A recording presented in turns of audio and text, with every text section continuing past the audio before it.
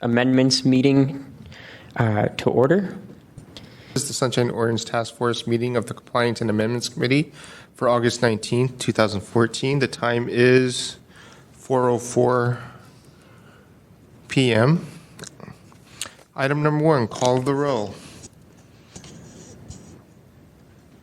Member Washburn. Present. Washburn present. Member Oka. Present. Oka present. Chair Hepner. Present. Hepner present. We have a quorum. I do not have any agenda changes to consider. On item number 3, I do not believe the complainant is in the room yet. Is Mr. Gracias in the room? I do not see him. Would you like to take the items out of order and move on to number 4? Yes, I believe if that's, I think that's appropriate. Item number 4, file number 14034, hearing on the status of the order of determination, Paula Detesh against Sharon Page Ritchie for violating Sunshine Ordinance Section 67.14 and 67.16 for failure to audio record various meetings and failure to post meeting minutes for various meetings in a timely manner. Give me a moment. I believe in the order of determination, we ask that the Arts Commission appear before the Compliance Amendments Committee and to provide a report that includes a full and comprehensive accounting review of all minutes, audio recordings, and website postings for the Arts Commission. The report should include at a minimum the status and all recordings and minutes required to be available and posted online, estimate timeframe to address outstanding issues related to meeting minutes and audio recordings, an inventory of all audio recordings available in various formats, and plan with timeframe to resolve any outstanding issues. We did receive a letter from the Arts Commission concerning these issues.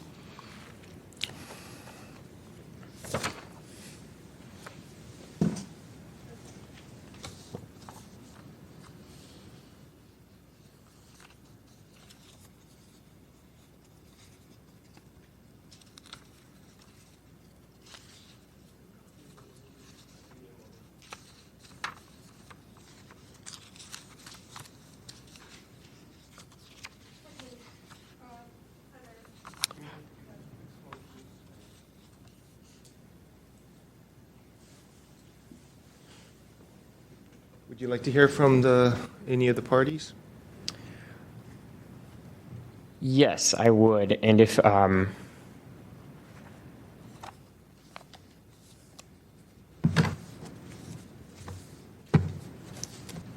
since we have Ms. Detesh up here already, and you are the complainant, if you would like to provide us with an update on the status of your complaint. On? And you have 5 minutes to present your update. Okay. So here's the order, the last part of it on your screen, what they're required to do. So on the status of the minutes posted on their website, at the last full Sunshine meeting, Ms. Patterson claimed that all minutes have posted and are up to date. That's not true. The Community Arts meeting of June 20th, 2014 only posted about a week ago. I sent numerous emails after the meeting reminding them that they needed to post that, and I have the emails with me. This is troublesome. The advisory meeting of street artists are policy body meetings. These are setting criteria for how a street artist would be licensed, and they're marked as criteria meetings. They're policy body meetings under 67.7, so they should be posted online. They never have, and that would be 67.14 and 67.16. The minutes of the street artist meetings from 2007 to 2003 are not on their website at all, and I checked that about a half an hour ago again. The audio of the full commission meetings from 2007 to 2003 are not on their website. I checked that at the clerk's office a half an hour ago, the same server. There are no supporting documents from 2009 to 2003 for the full commission. And the November 4th, 2010 Street Artists Liaison minutes are not marked as canceled. The Arts Task Force lists no minutes from 2009 to 2006. Only 5 of the 9 minutes are posted as of a half an hour ago. The special meetings of February 9, 2009, July 10, 2009, post no minutes. So number 2, the order of determination listed several specific executive meetings. That was the heart of the issue here. And the response that you have before you by Sharon Page Ritchie omits years 2008 to 2003. I sent an IDR requesting policies and procedures for rough draft minutes. I didn't get a response, and on July 18th, I sent a petition to the Supervisor of Records asking, do they have rough draft minutes for these years? Patterson claimed that there were no rough draft minutes, and if there is no audio, as they've admitted, they only began to audio tape since January 2012, it's not clear to me, did they begin audio taping all their meetings or just the executive meetings?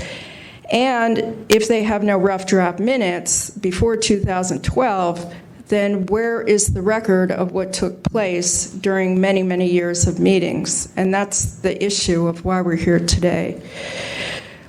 Number 3, the status of the inventory of all minutes. It wasn't clear to me. Are you asking for an inventory from 1932 to the present, or it wasn't made clear? But just to give you a quick background, for the past 3 years, various people have been filing RDRs about this in limited ways. I would like an executive meeting from here or here, and they've gotten orders, but we don't get a broad answer as to where's the inventory for all these many years. What we get, or what we've heard from these people here and at the full task force, is we're working on this. We're working with an outside vendor. We're working with an intern. We're working with Ann Trickey. So, in my view, this off-site place where these cassettes are, I assume they're audio cassettes, I don't know how many maximum could be, 200, 500. My guess that it wouldn't take more than a few days to inventory these cassettes. So what proof do we even have that they're actually working on this or doing something? We don't. We just have a lot of excuses. So from the RDR that I sent on July 18th, I asked specific questions that had to do with their care, their maintenance, how the inventory. I didn't get a response to that IDR. So that was that. Number 4, this is very troubling. I had a random encounter. Should I continue? Are you addressing number 4 on the screen that we're looking at, the plan with time frame to resolve any outstanding issues? No. I'm talking about a recent event that just transpired. If you can do it in like 30 seconds. Whoa. I mean, it's just, I mean, we need to move along with this, and I'm trying to understand very... Okay, in a random encounter with Howard Lazar on Market and Van Ness on August 12, 2014, I haven't spoken to this man in years. I asked him 3 times, do I have your permission to audio tape you? He said, and I have it here, he didn't care how many times the Board of Supervisors violates him. He still collects a paycheck. The city attorney's office will protect him. He will never be fired. He called the Sunshine Task Force a lot of harsh names and said some pretty bad expletives for specific street artists, some in the room. Okay, so I'm going to cut you off because that's it. I appreciate your update. My sense from this, and the reason why this was referred to compliance and amendments, I believe, is because there is a broad scope to the updates that need to be taken, and it's sort of a systemic process that we need to engage in here, and that's why compliance and amendments should be suitable to handling this. I don't want to open the door to assessing, a whole new ecosystem of new complaints right now. But I understand that you have concerns, and they appear to me to be somewhat justifiable, that, not all that we've asked them to do has been done yet. Now, I want to get an impression from the Arts Commission as to what progress has been made and what efforts are being made. So before I do that, excuse me, just so I don't take things out of order, is there anybody else here to speak on behalf of Ms. Datesh?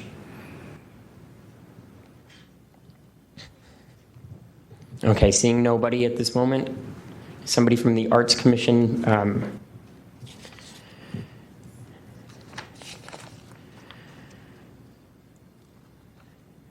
Is it Ms. Sharon Page Ritchie? Actually, this is Kate Patterson, Director of Communications for the San Francisco Arts Commission, and I'm accompanied by my colleague Sharon Page Ritchie, and we both have information to share with you. And should we run out of time, I request that we have the same extra time allotted to the complainant, please. Certainly. Thank you so much.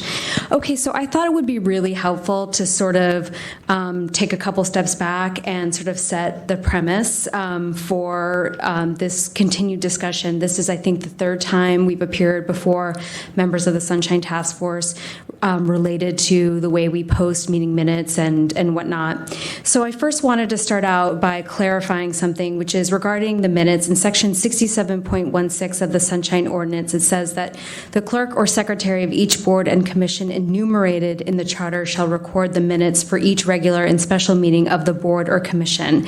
So just for your clarification, our committee meetings are not enumerated. Those bodies are not enumerated in the city charter. Therefore, we are not required to record or post minutes for those committee meetings.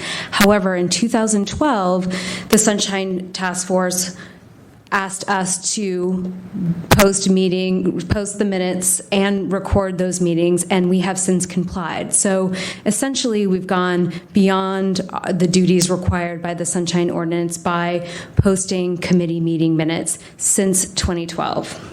So I also took a deep look at the Administrative Code and 67.16 and 67.14 and looked at the history of tape recording minutes. So when the city adopted the Sunshine Ordinance back in 1993, that marks the time when city agencies were required, or commission meetings, again, enumerated in the charter, were required to, quote unquote, tape record each regular or special meeting. And that this tape recording was not to be erased or destroyed at least 7 calendar days, provided that if during those 7 calendar days there was no outstanding request for that information, and that we make those recordings available to the public. In 1999, with the passage of Prop G, Section B was amended, so it went from tape recording to audio recording, and also the ordinance changed insofar as that instead of 7 days, you had to retain that record basically forever. You could not destroy it. So that was a change in 1999.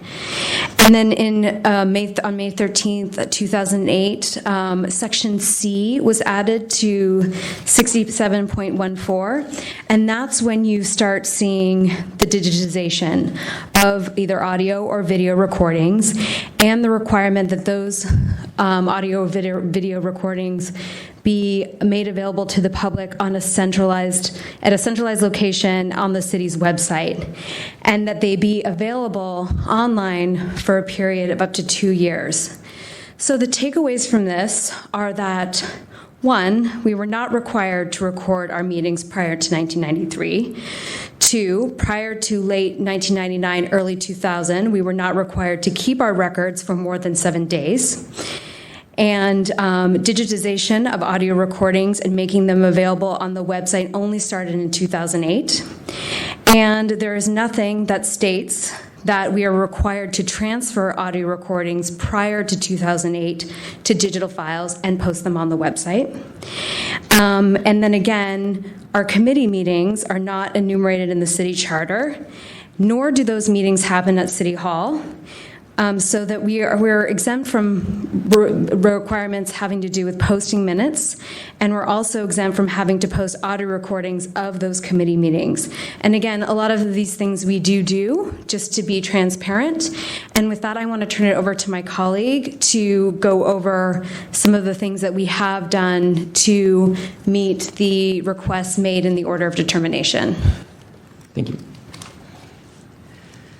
So I believe that you all have the letter in front of you dated August 15th with the status of the minutes and the audio recordings. And I broke them out separately under each of the 4 items that you've listed there, minutes separate from audio recordings, just for the sake of clarity. So all of the minutes of the full commission meetings and the committees beginning in July 2003 are posted online with the exception of the executive committee and the nominating committee minutes that for the dates that are listed in the appendix, which is what I have sent to you. And that is approximately 36 minutes, 36 sets of minutes. And the minutes for the earlier meetings are at the library. Audio recordings, thank you. Digital recordings of the meetings beginning in February 2012 are posted online on the city's central website. Earlier meetings of the full commission were recorded on audio cassettes. We're working with an intern to transfer them to digital recordings.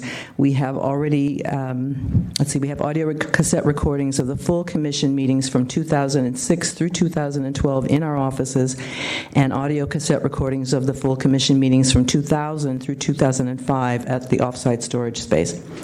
And as we've explained, and as Kate just explained, we were not required to make audio recordings and did not record committee meetings before January of 2012. Nonetheless, notwithstanding that position, we have begun making the audio recordings in 2012. Jumping to item 2, there are approximately 36 sets of outstanding minutes. On an aggressive schedule, I anticipate being able to complete all of them by the end of October, and I will certainly work to complete them earlier if it's possible without falling behind in the current work. We have already, as for the audio recordings, we've already transferred the cassette recordings of the full commission meetings from June 2008 through 2011 to digital files. They'll need a little bit of cleanup because, with the audio cassettes, you have a little bit of blank tape at the beginning, a little hissing, that kind of stuff. So just to make the files cleaner, that will take a little bit of time, but I am considering that a slightly lower priority than the minutes, and so I will begin to post those, clean them up and post them after I'm completed with all of the executive and nominating committee minutes. And let's see, I believe that those 2 things really summarize, as for item 3, the above information summarizes the status of the audio recordings. Directory of the digital recordings posted online is available on our website, and as to the audio cassettes, we have the physical cassettes. We do not have a written inventory of them. Those cassettes are available for anyone who wishes to listen to them, and we are transferring them to digital for people who want to take the CDs home with them to listen to. Thank you.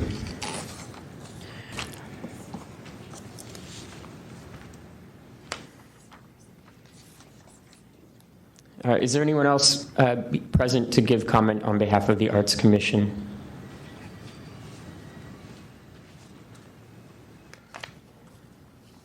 I'm seeing nobody. I'd like to open this up to discussion. I have a question for Ms. Dadish. Hi. Hi.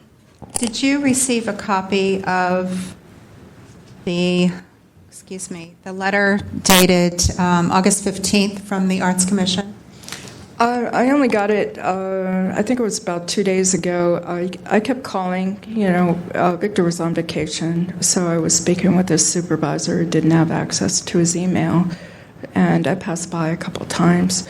So Victor, when he came back, he sent it to me probably about 2 days ago. All right, so, and you've reviewed the response that they just summarized? I did, and I don't find it valid because anyone looking at their website as of a half an hour ago, it still has the problems that I've mentioned. So, I can go through it again. No, that's not necessary. I just wanted to make sure that you had seen the response, because today's...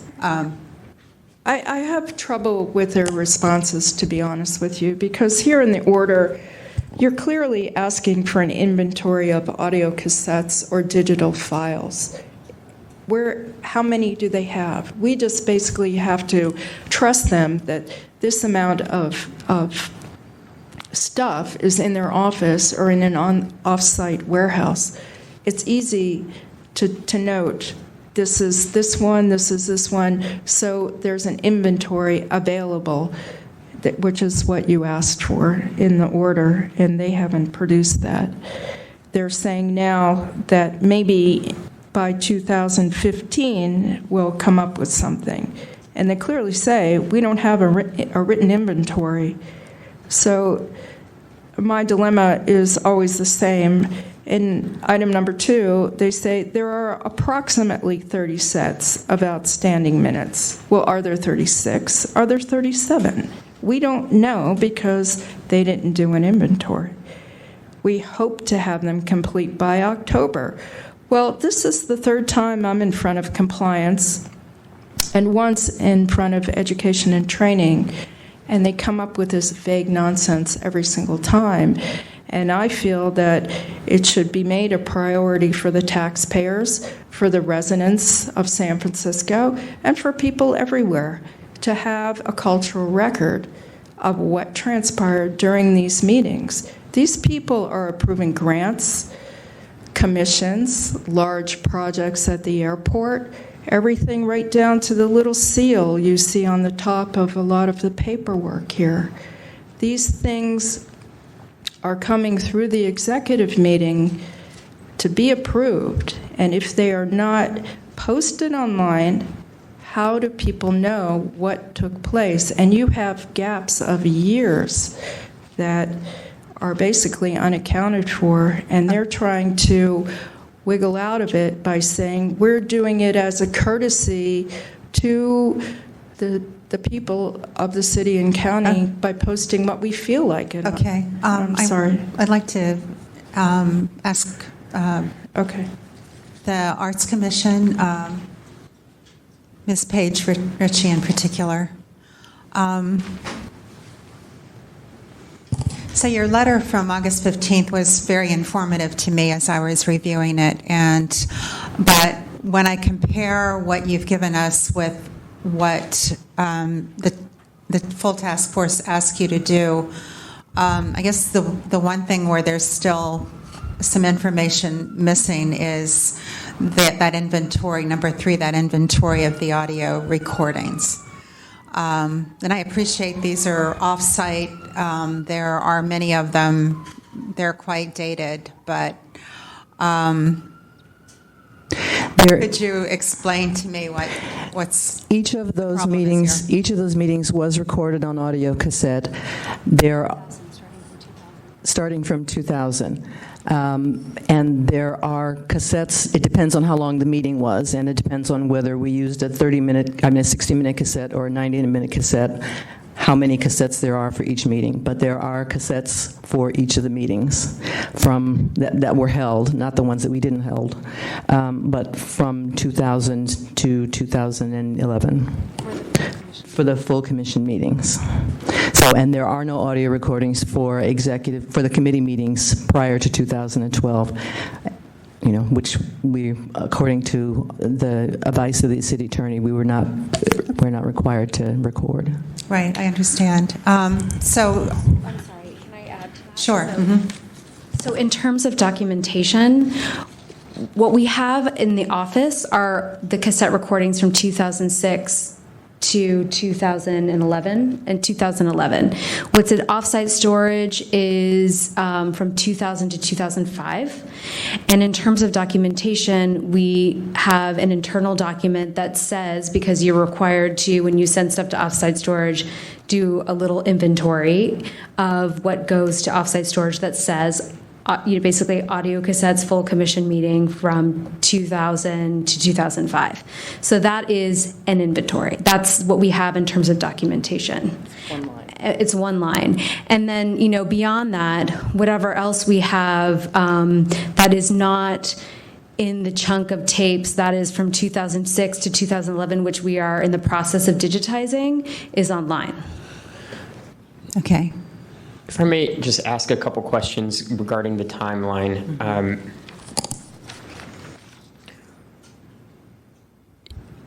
What is involved? First of all, approximately 36 meeting minutes? Well, because I had been working on them, so I Okay. wasn't sure whether when I came to you I was going to have 35 instead of 36. I had 36 when I counted them on Friday when I wrote the letter. Okay. I'm sorry. Again, these are for committee meetings where we are not required to post minutes. Because it is not, and this committee is not enumerated in the charter. Well, I don't know that that's abundantly clear from the letter that you wrote. Well, I mean, and also just to clarify, because I know you're new, that the committees, all of the business that occurs at the committees go to the full commission for final approval. I Which is understand. enumerated I in the understand charter. that, but I'm going to Okay, go just back. wanna make it clear. Thank you. And why? It's not clear to me that that is 36 sets of committee meetings. This says there are approximately 36 sets of outstanding minutes with no clarification. So now There is an appendix. There is an appendix which is this list that looks like I have another copy if you'd like. I but see it's- the last page. Okay, so that should be 36 dates. So if you're not obligated to post those minutes, if that's your contention, then what is your motivation to do so? Our motivation to do so is to be able to have the record posted for the public. Okay. Have all full Arts Commission minutes been posted Yes. beginning in July 2003? Yes.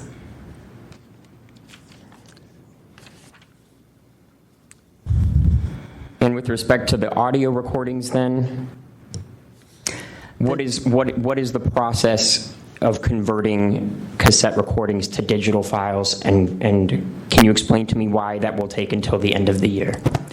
The process, we have the cassettes. We have to play them in real time. You can't just copy them, the way that we don't have high-speed copying equipment.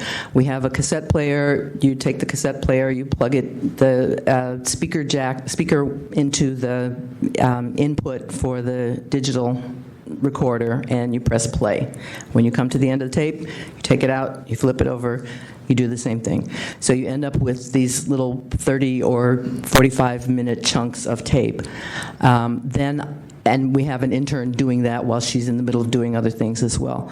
Then what I will do is listen to those 30 or 45-minute chunks of tape of sound, which are now digital, and cut off the beginning part where you hear nothing but hiss, and cut off the end where there's also no sound. And I probably, this is an editorial decision whether to stick them together into one file or to just mark them, tape recording 1, recording 2, recording 3, and then upload those onto the city's website.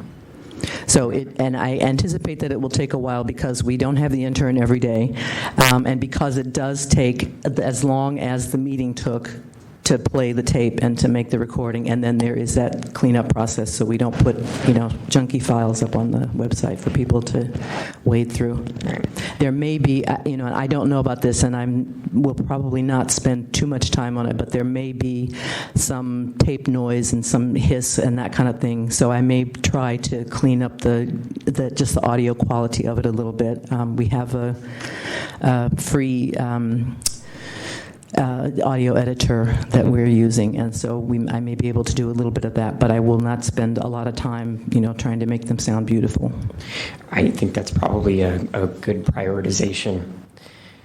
I do appreciate the efforts that you have made to comply here, and additionally, the efforts to post additional committee meeting minutes that may not be required.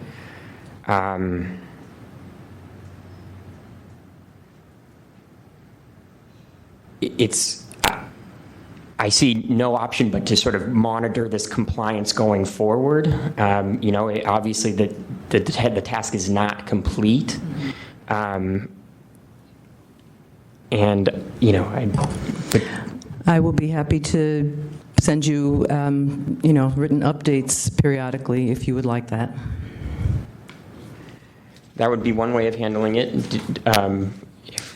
Another way would be to schedule another hearing and a meeting before us in, say, November. We're happy to come back and give you a status update. I think it would be very helpful because, again, the whole digitization question was implemented in 2008. So I think that, I feel like in terms of digitization, I feel like our priority should be those minutes which we have audio recordings from 2008 to 2011. So those that haven't been digitized, maybe we would prioritize those, and then we could continue to work backwards, just because, again, there's nothing that requires us to transfer data into the digital format. So again, it's a tremendous amount of work to do this digitization, and we're plodding through it. Our priority is to continue to keep up with our regular work and getting minutes posted on time and whatnot. So I'm just offering that as some food for thought. Again, we're happy to come back, but I just want to make sure that by November we actually it's a reasonable enough deadline that we can meet that. And if you're not done in November, I would hope that some progress had been made and that we continue to see progress. Yes. It may be our only way of sort of keeping the pressure on the Arts Commission to, engender compliance and, satisfy the public so that we don't keep on with these same issues. I look forward to being able to enjoy my Thanksgiving dinner without thinking about backlogs of minutes. Now, Chair Hubner, I just want to be clear in my mind what's outstanding. So, and the priorities. So the priorities are to get the executive committee minutes posted. Yes. And there's some nominating committee minutes from, I guess, one meeting a year for a number of years. Right. So, and then that's the top priority. And yes. then below that is digitizing tape recorded audio recordings of the full commission meetings prior to 2012. Okay, so that's number 2. And then the third is those tapes in storage to provide an inventory so that, a list that somebody could go to the website and see these things exist. And if there's some... Well, I would think that it would be to get them back and just digitize them and then put them up on the web as they... as I'm getting through them, rather than to create an inventory and then, if people, would like to listen to those, we can pull them out of storage.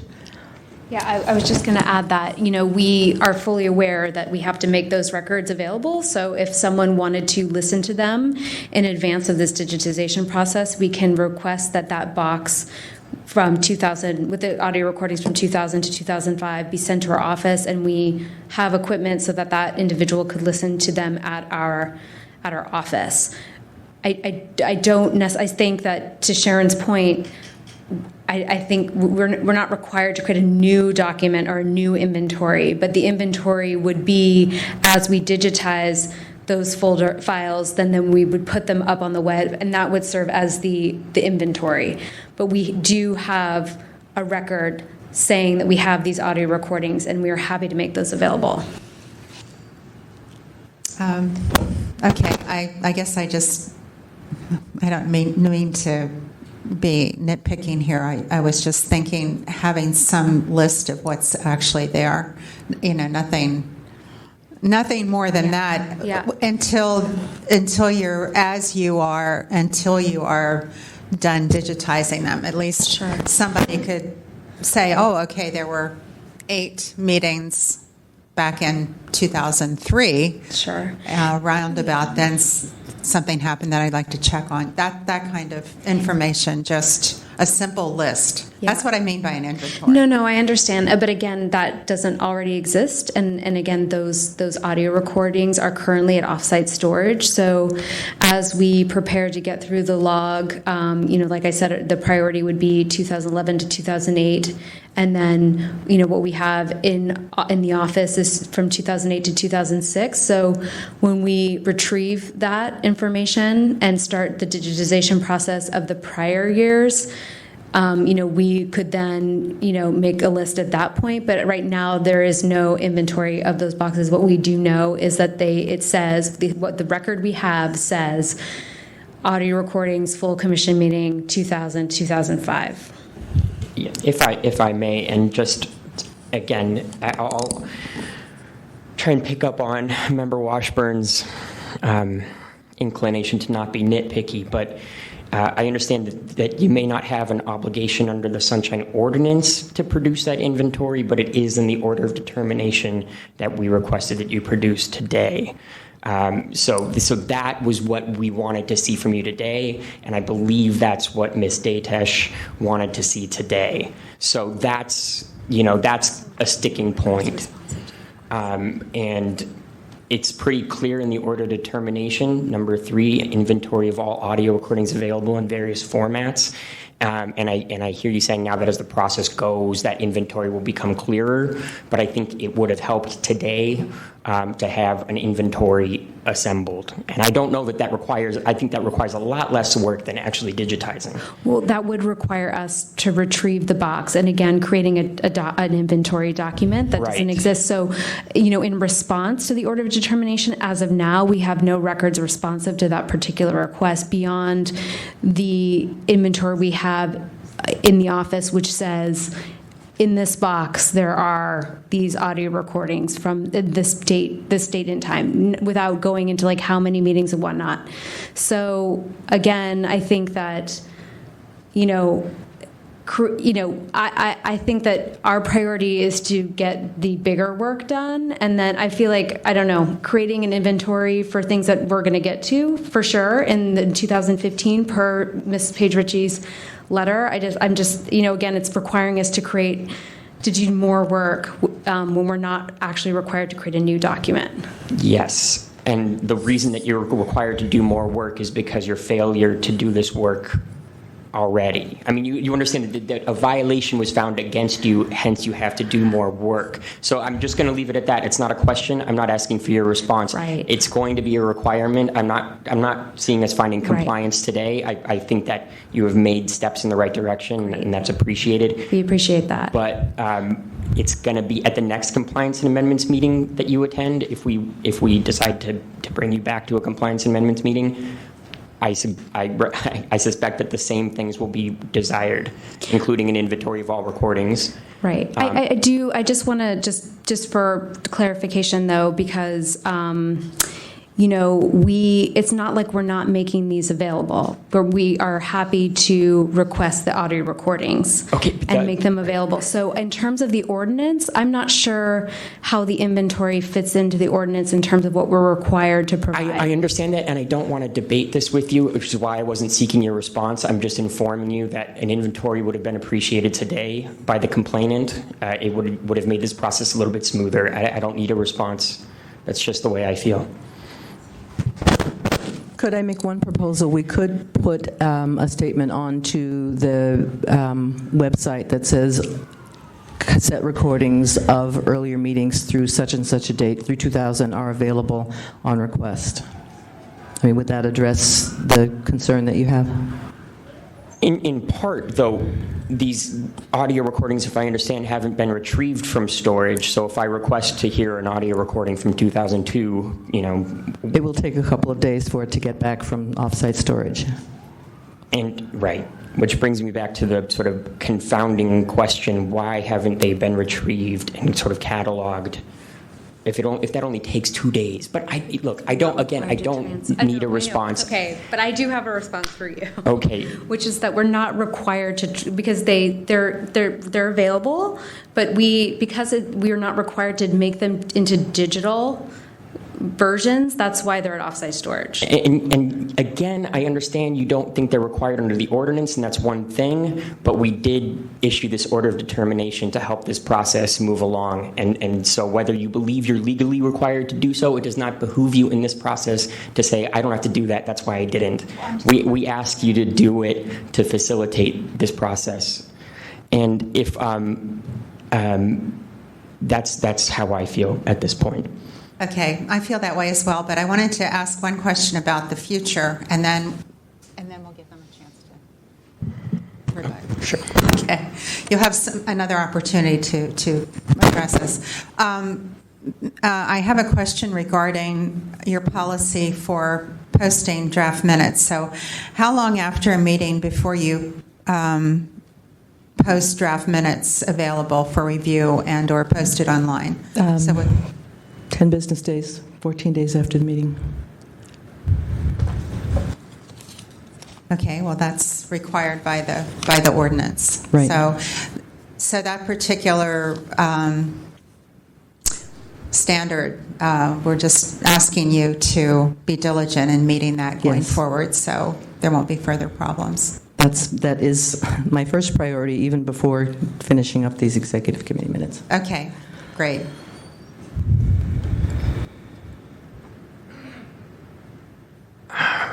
Well, I'm inclined to give you a chance to respond now, though I believe we've heard so much from you. But you're entitled to a chance to respond. I almost am more interested in having Ms. Datesh just answer one brief question for me, a couple brief questions, because this is, after all, you're the complainant here, and you're here to help us find compliance as well. Are you satisfied that some progress is being made, that their office is doing some work, even if not enough has been done at this point? Absolutely not. This is the fourth violation that they've gotten for this exact same thing.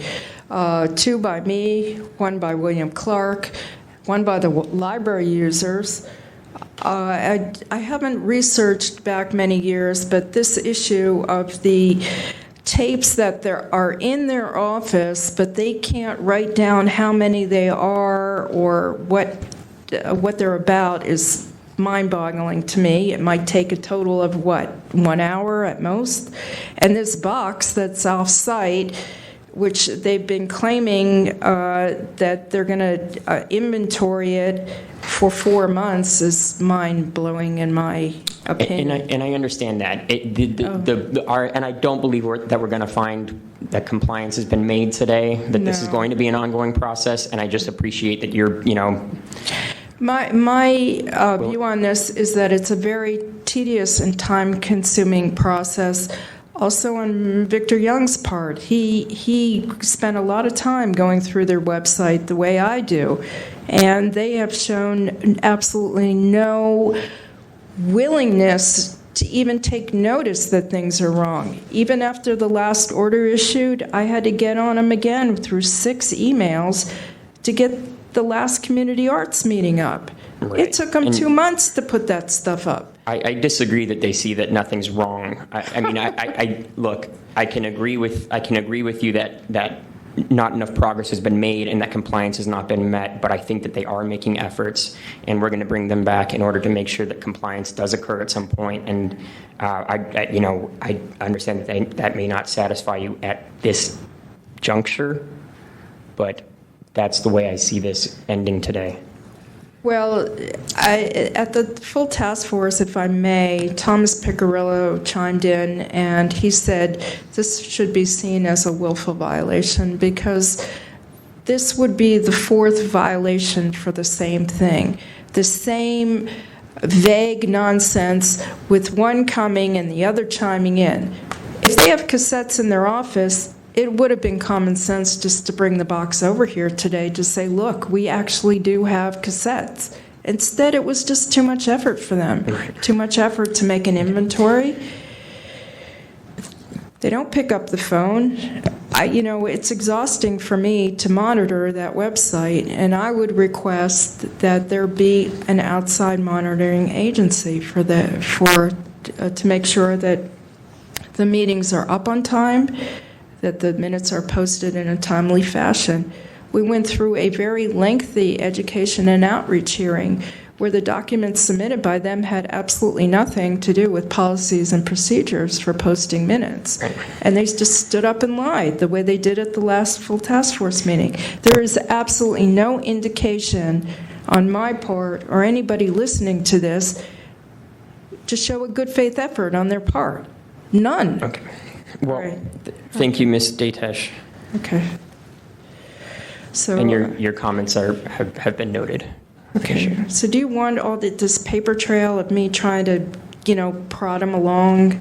Because I really can't do it. You need to get somebody on the outside to monitor them. It's been 2 years. It's a long time. Mr. Chair, I'm on the Arts Commission website here, and it's not the easiest thing to navigate through. And, I've been listening to Ms. Patterson Murphy lecture us as to what that we're overstepping our authority, and that kind of attitude is not conducive to getting our work done. They don't seem to be willingly cooperative, and I don't want to force anybody to do anything. I want them to do their job, and they're not, in my view, they're not doing their job. They're not providing the public the access to the information that is public, that the public has a right to have.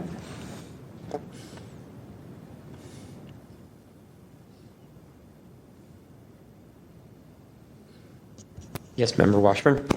I'd like to make a motion to continue this matter to, Just October, that would be the next meeting of the Compliance and Amendments Committee. okay, I think that's probably too soon, so I would think December. And with the request that each of these 4 items be specifically addressed and complied with. I'll second that motion.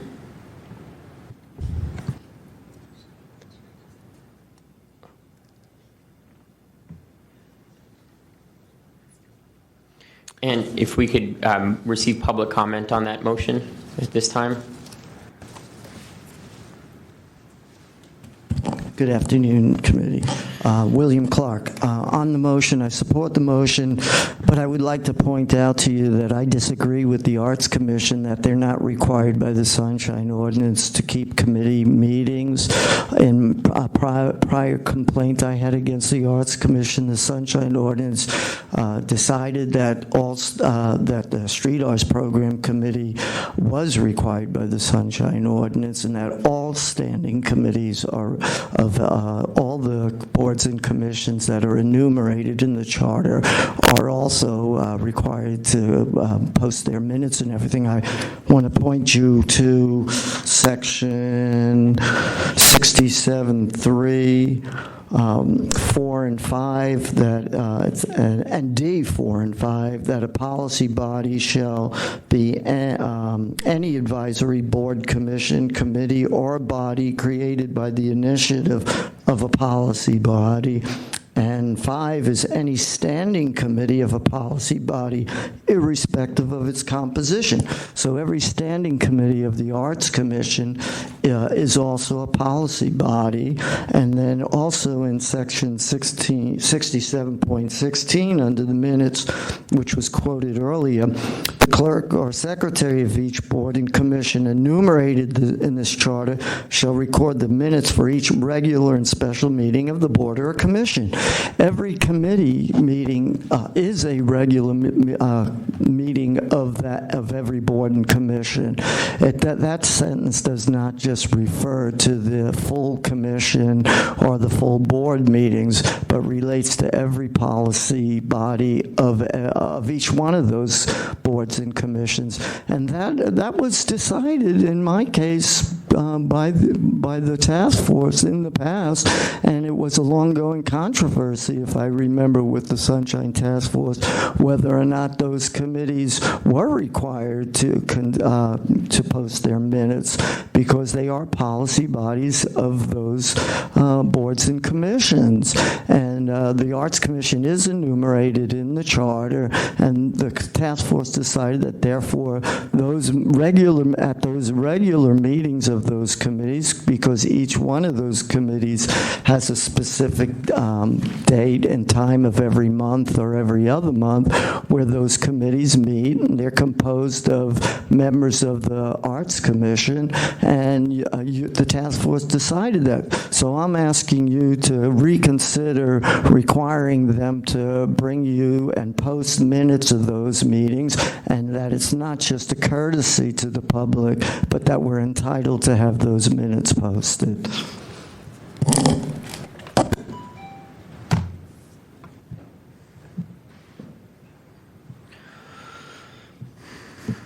Hello, I'm Robert Clark, and I want to reiterate that because we went through that in great detail when we first brought some of our cases against the Art Commission, because the Art Commission was arguing that exact same thing, that certain subcommittees of the full Art Commission weren't required under the charter to have minutes posted or tapes made of it, and the task force ruled that they were required. So I find it kind of outrageous that the Art Commission comes in here at this time and starts using that same excuse as to why they don't really have to do it, but they're being the nice guys and doing it.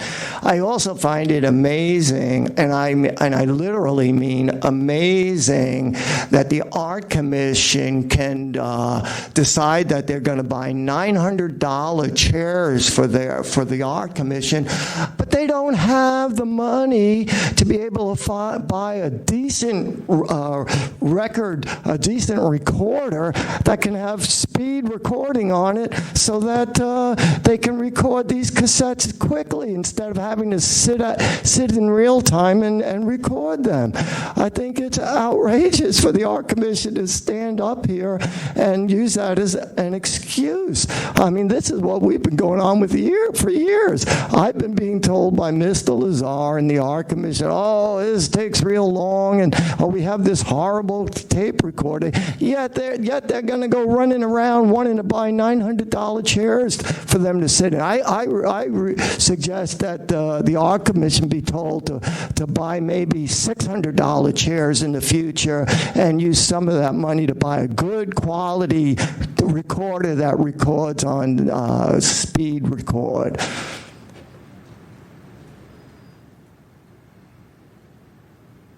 Is there any other public comment?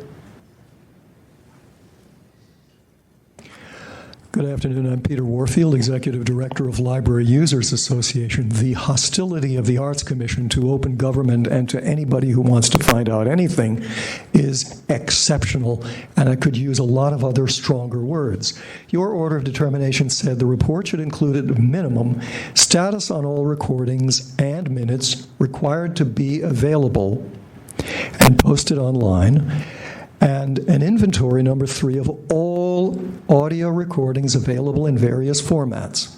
They did not give you that. They've given you vague stuff, in some cases specific, but just nonsense. The label in the appendix should be labeled minutes missing. And item 3 in their recent letter of August 15th says it's available on a directory of digital recordings posted online is available on our website. Why didn't they print it out and bring it here so we can see it? They are playing a game of keep away. They're experts at that. Let's go into a complaint that Library Users Association filed in October of 2011. Arts Commission did not provide audio recording of its Visual Arts Committee meeting of August 17th, 2011. And what was the outcome?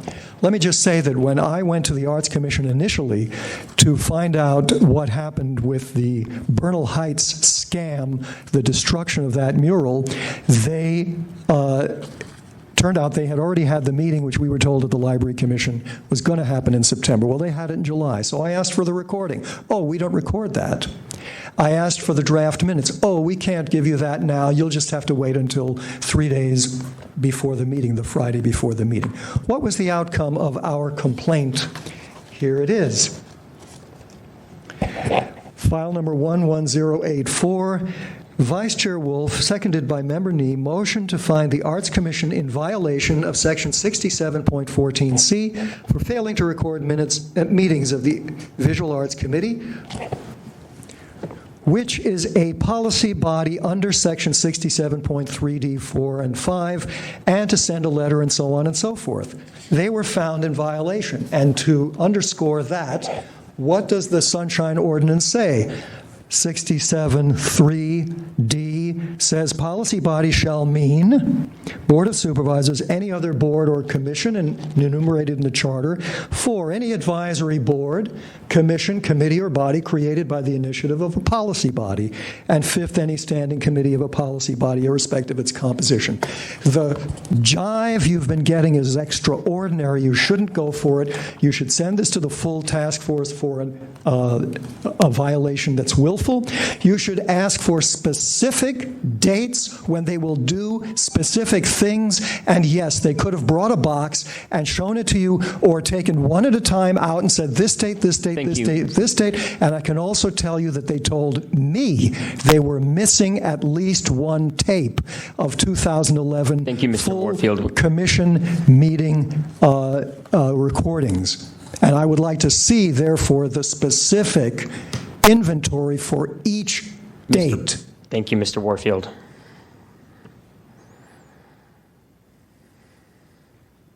Is there any other public comment? Seeing no other public comment is closed. On the motion to continue the matter to December meeting of the Compliance and Amendments Committee, Member Washburn. Aye. Washburn, aye. Member Oka. Aye. Oka, aye. Chair Hepner. Aye. Hepner, aye. The motion passes.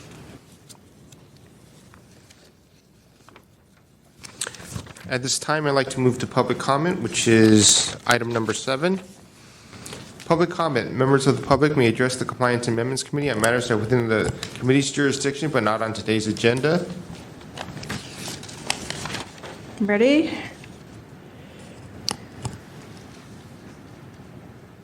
Ready? Well, they're gone. That's pretty typical. I had a random encounter with Howard Lazar and Market at Vaness on August 12, 2004 on the city sidewalk. I advised him 3 times that he was being recorded and did I have his permission. At one point, I even took out my phone and showed it to him. He said he didn't care. He said he didn't care how many times the Board of Supervisors violated him. He still collects a paycheck, and the city attorney's office will protect him. He will never be fired. He called the Sunshine Task Force, certain members, even by name, called them a bunch of harsh names, and he had some very strong words for specific street artists, 2 in this room today. I advised him 3 times that he was being recorded. He said he didn't care. So I'd like to submit this tape as a public record along with the paper trail of me policing the Arts Commission. Thank you. Thank you.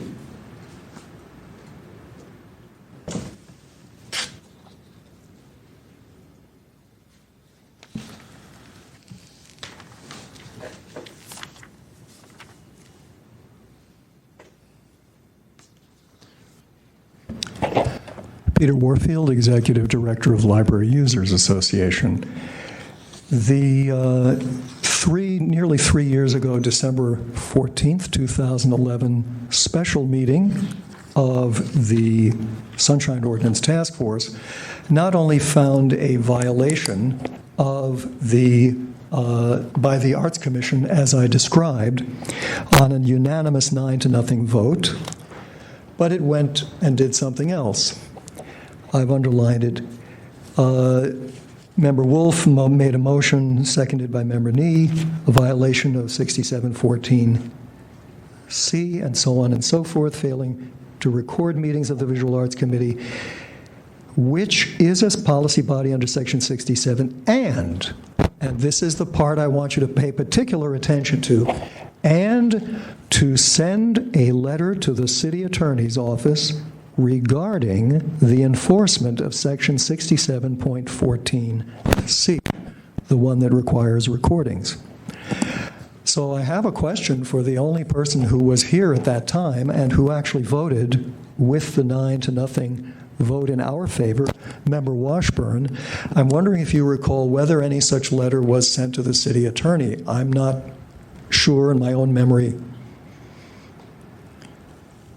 I have no idea whether that was sent. So that was to advise the city attorney that the city attorney, if in fact he was giving advice like what the Arts Commission claimed, that advice was wrong. I checked to see whether what the Good Government Guide says, and the Good Government Guide appears to continue to say the same thing that it said presumably at the time that the Arts Commission relied on it to get advice regarding what's required with respect to, and I'm looking for it, and I'm sorry, well, let me just say this. The city attorney's Good Government Guide, which was posted, and which I copied today, which I can show you in a moment if I can find it among the papers, basically gives confusing advice. It talks about bodies that are mentioned in the charter and that other bodies don't have to provide, they don't have to be recorded. And I'm sorry that I can't find it right now in the papers, but I would be very happy to show it to you. Here it is. So today, updated as of today, it still gives bad advice whether or not you sent that letter or not. Records of meetings, pages 150 to 153, are described. Each board or commission listed in the charter must record regular and special meetings. Administrative code, other policy bodies are not required to audio record their meetings. So that's certainly something you need to follow up on, and I would appreciate if you would look into it. The Good Government Guide is actually full of serious... Thank you, Mr. Warfield.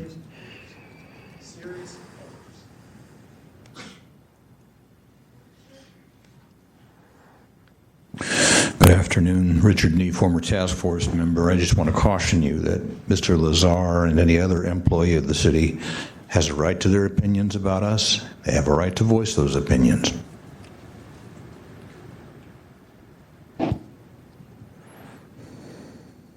Is there any additional public comment? Seeing none, general public comment is closed. Next on the agenda, item number 3, file number 14015, hearing on the status of the order of determination, Carlos D. Garcias against the Municipal Transportation Agency for violating Sunshine Ordinance Section 67.21A for failing to provide procedures regarding the release of probationary employees in a timely manner. In the order of determination issued on July 22nd, the San Francisco Municipal Transportation Agency is ordered to provide the standard operation procedures and/or other documents regarding the release of probationary employees within 5 days of the issue of this order of determination and appear before the Compliance Amendments Committee on a date to be determined. They did provide a document related to this. However, I did receive a reply from Mr. Gracias disagreeing that this was compliant to the order of determination. Is Mr. Garcias present? Yes, I am. If you wouldn't mind stepping forward.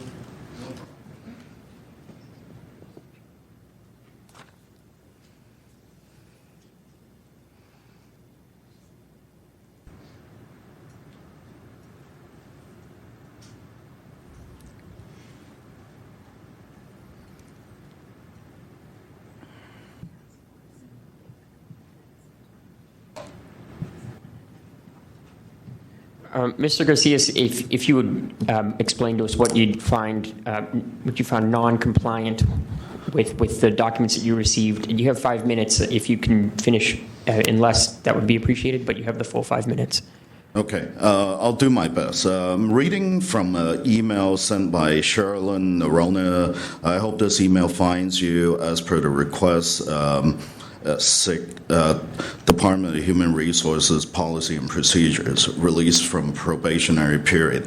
Then they mention Civil Service Rule 417, probationary period, is posted online in the City and County of San Francisco's Civil Service Commission page, which points to the same complaint I had, where it also says that they did not promulgate how to release probationary employees. And what was attached was a PDF from Human Resources Policy and Procedures.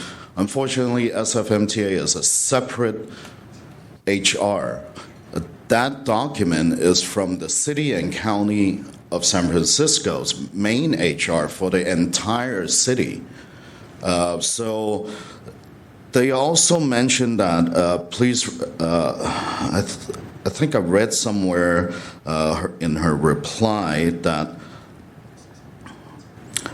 she said, please observe other rules in the attachment in sfgov.org Civil Service Rule. In it, I think Sherilyn Nerona pointed out that there are several rules in the column of where SFMTA is listed, and those are all service critical employee. I was a service critical employee, and I read through rule, I believe, one series for SFMTA rule. It goes 117, I believe. I just read it, and it says the same thing, but nothing about the promulgated procedures. Also, I had also called prior when I asked Mr. Ellison by email for an IDR, an immediate document response. To date, I have yet to receive it. But it points out the same commission rule to ask them to produce that document. And incidentally, Sherilyn Nerona was also the same person who I called on September 10th, 2012, that says that she don't know who I was. She didn't know she sent me a letter. She also pointed out that, do you know how many documents come over my desk? I don't remember sending you that document. And in that document, which you do have a copy from the previous meeting, it states that it needs to be certified and mailed to me. But there was nothing mailed to me prior to that. My immediate supervisor's manager had an open copy, so they opened my mail. I don't know if that's relevant, but I should point out to you that I've asked for the questions of the reason why, and this rule states that I should be given a reason, or at least show me the proper procedures. And they were also told to point out where in the public that this was displayed and when the document was written and where it is. So that is all I have for you. You can ask the remaining questions to the SFMTA's HR Director, Donald Ellison, and I believe Ms. Nerona is here as well. You can ask them these questions. Thank you, Sunshine Ordinance Task Force. Thank you, Mr. Garcias. Is anyone present to provide testimony on behalf of Mr. Garcias? Is it Garcias or Gracias? Because it's spelled both ways in our packet. It's actually Gracias, G-R-A-C-I-A-S. There Thank you, Mr. might have been a Garcias. typo. Thank you. Is there anyone present to provide testimony on behalf of Mr. Garcias? Seeing nobody, if somebody is present from the San Francisco Municipal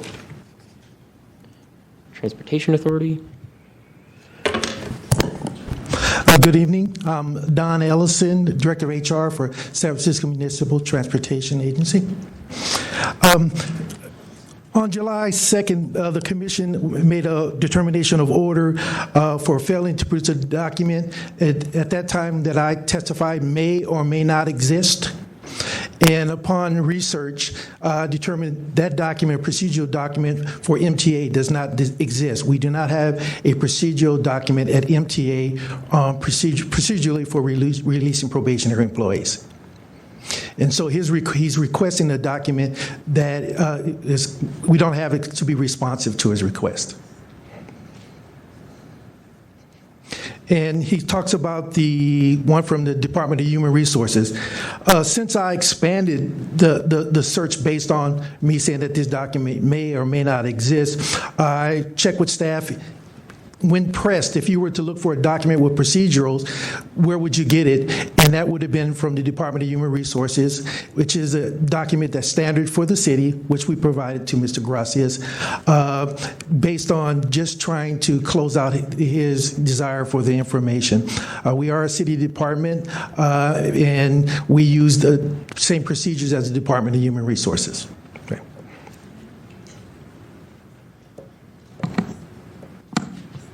Thank you, Mr. Ellison. If that concludes your testimony, I do have a couple questions for you. Just there seems to be then a dispute over whether SFMTA has its own HR department or whether it's a distinct entity or the same entity as the City and County of San Francisco's HR department. And what is your opinion on that?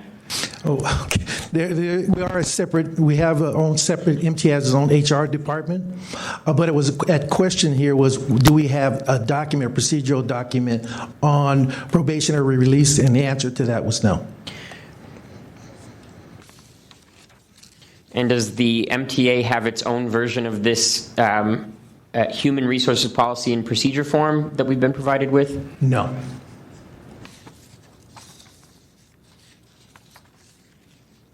And if I remember correctly from the hearing, I believe that there was some question over whether there was an obligation by the MTA to promulgate those procedures, to promulgate this document, whether that there was a statutory mandate that those procedures be enumerated somewhere. Can you speak to that? I honestly don't know, and I don't recall that. Basically, our requirement is to match the Civil Service 417, and we feel we meet that obligations under the Civil Service Code on dealing with probationary employees.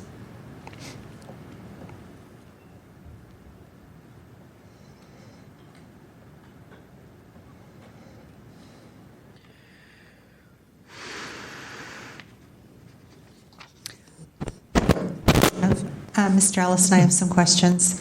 And I really am completely at sea here. I don't understand labor law at all, but just looking at what we were asking for. So back when Mr. Garcias was wondering about why he wasn't, I guess why his probation period ended and he wasn't hired. I believe that was the issue with the release from probation. I am sure there are other people in the same situation. So we were just wondering why there wasn't some procedure that you typically followed in a case like this. We thought that there should have been some standard operating procedure or something in writing that you could show him so he would understand the process. Further, he understood that this process should have been promulgated or made available. An effort may be made to let new hires and people know, this is the procedure for what happens going forward with regard to your possible employment, permanent employment. So we were thinking, first of all, that such a standard operating procedure ought to exist, and secondly, that it should have been made available to anyone in his situation. So that's what we were asking you to provide. And so I see what you have here. It's very detailed. So you're saying that the MTA, the HR department doesn't have its own standard operating procedure for this, that you use procedures that the rest of the city uses. Correct. Yeah, what you're looking at is internal procedures on processing the release from probation, which we would do in the HR department itself, the actual work itself. And we operate under the same system, HR system, as the Department of Human Resources for the city. And there is no requirement that you have some separate type of procedure? I guess I was under the impression Mr. Garcias is telling us that this position that he was hoping to obtain was a critically important position. Okay. Anyways, service critical is a term. Service critical, right. What Mr. Gracias, it seems to be looking at two separate things. We're talking about a release for probation, which is covered by the civil service, and we don't identify the reasons for the release because we're not required to on the civil service. Then we're talking about how we do the paperwork, how my HR staff does the paperwork to do the processing of him out. And that's a separate, and again, we operate under the same PeopleSoft system that DHR does, Department of Human Resources from the city, so our procedures would be the same. And so the document that you provided recently is the release from probation. This is what you follow internally to process someone. Exactly. Doing the paperwork internally through the DHR system, through the system, so the system can identify that he's been released. All right. And the other matter, I think what he seems to really want to know is, some reasons for what happened. What are the reasons, and then was the procedure followed in a way that was fair and transparent? Yeah, I understand that part. And he went before the Civil Service Commission on that matter. Okay, thank you.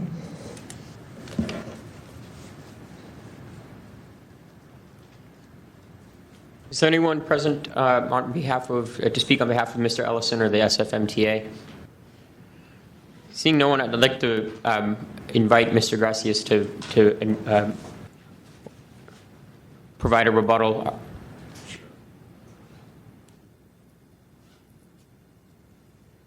Or should we perhaps give me an opportunity to ask questions regarding what Mr. Ellison provided? Just a second, Mr. Gracias.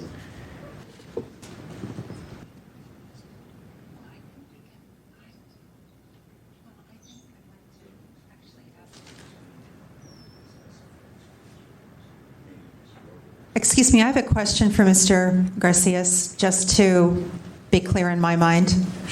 Sure thing. Yes. All right. What is it that I'm trying to understand what it is that you are, the document, that's Correct. the only thing we can talk about here. Yes. No. What document do you think is outstanding that you have not been provided beyond what is in our packet, the release from probation procedures from HR? Okay. Looking at there's two documents that they provided in that email. Again, the termination package had 417.9, 1 and 2. These are procedures SFMTA itself dictated. I don't know if it's Mr. Ellison's predecessors or whoever, when they separated the two HR, demanded it to be done. So I'm just asking what they provided me, but it seems that the termination package was missing the second part. And then in the PDF, it says them doing the paperwork, there should be an investigation, there should be questions, there should be something answered, and there should be other criteria, whether it's appealable or who I can speak to, in the broad-based city HR. I did have a chance to read it, but unfortunately, there are subtexts highlighted that are not clickable there. So I don't exactly know where it is, that SOP. But again, this is their own rule that they are saying, well, we have to give you a letter, A, and then B, tell you what rules that we have to abide by so that we can ensure that you are being released for a reason. What I'm getting at, for example, if you're bad at a restaurant job, they will say, the manager will say, you're expletive, get out of here, you're no good on this job. That's an explanation, okay?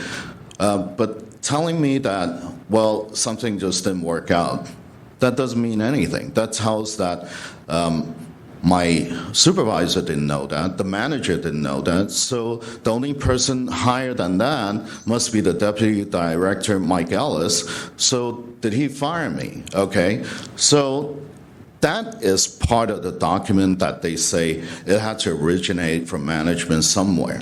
That is missing. Second of all, those reports that they provided in the PDF, those are missing. And the rules in that PDF, if you look carefully, how they're supposed to do the paperwork is not available. I also made a request on an ongoing workers' comp case against the city, in which I do have documents to the Equal Opportunity Office at the city that has been brought to their attention before. And Ms. Nerona has been informed of both my workers' comp and the reasons why. And I can explain to you why. Because in that rule, it says disciplinary reasons. It's spelled out specifically why. I guess at this point, I think we can move this forward by focusing on what we asked the MTA to provide. And so I thank you. Okay, thanks.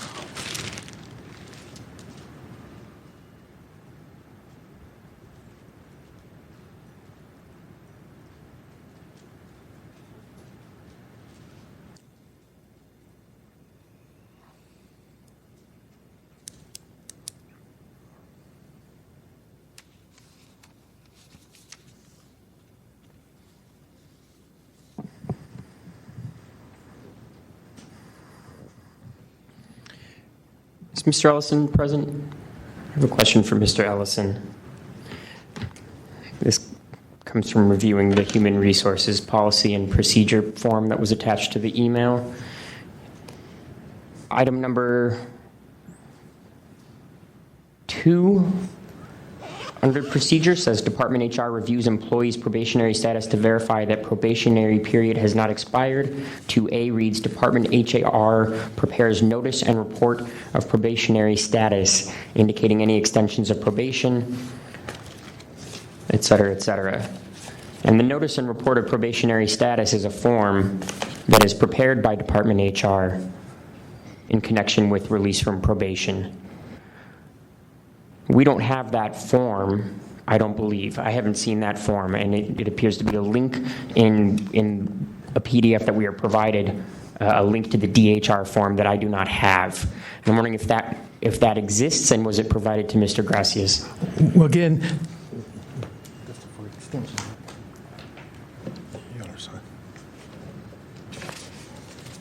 there's an original package. Go ahead. Excuse me, yes, it was. When we sent him his release from probation, the notice and report of probationary status was included in that packet. It was also included in the complaint response to the Sunshine Task Force.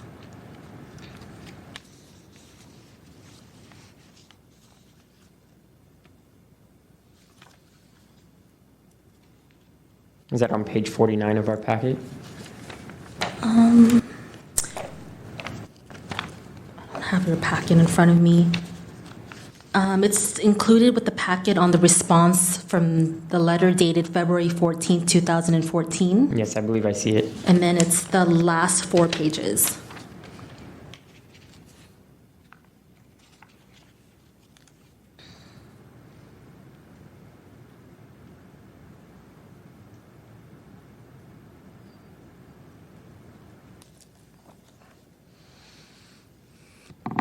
And between the members on the Compliance and Amendments Committee, I'm having a hard time determining what other documents exist and what other documents could have been produced to Mr. Gracias. I think that we asked for something very specific in the order of determination, and it was provided. And I asked Mr. Ellison if this is what they in fact use. This is the procedure they use. So this is like an SOP that we were asking for. And Right, and it reads like standard operating procedures, and we have verified that it's the same policy and procedure that is used by city HR, that is used by SFMTA's HR. Right. So I'm inclined to find compliance here, and I think what may not be pleasing the complainant is a reason for why he was released from probation, but that was not in the order of determination. exactly, I'm feeling the same way. Yeah.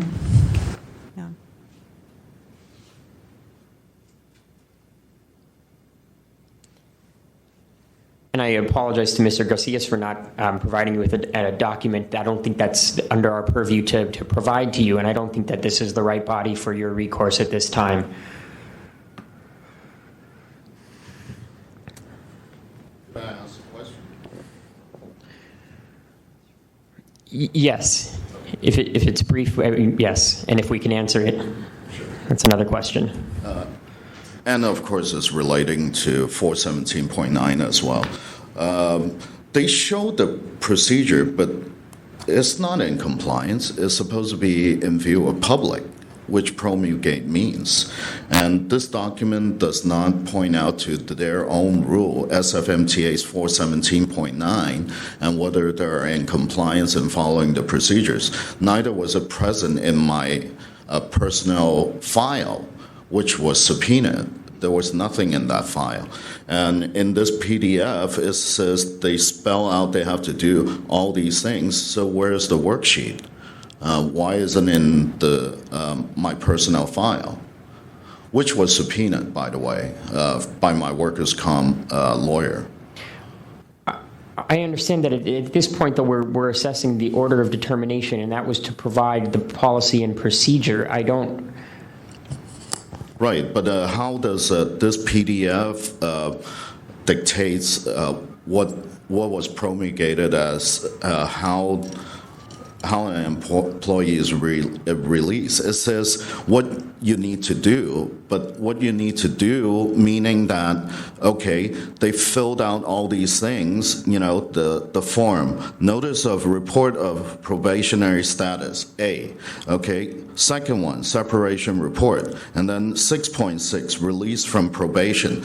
All these documents are not available in my personnel file, nor was it attached in the termination notice. That's what I'm asking for. And did Mr. Allison provide it to you today?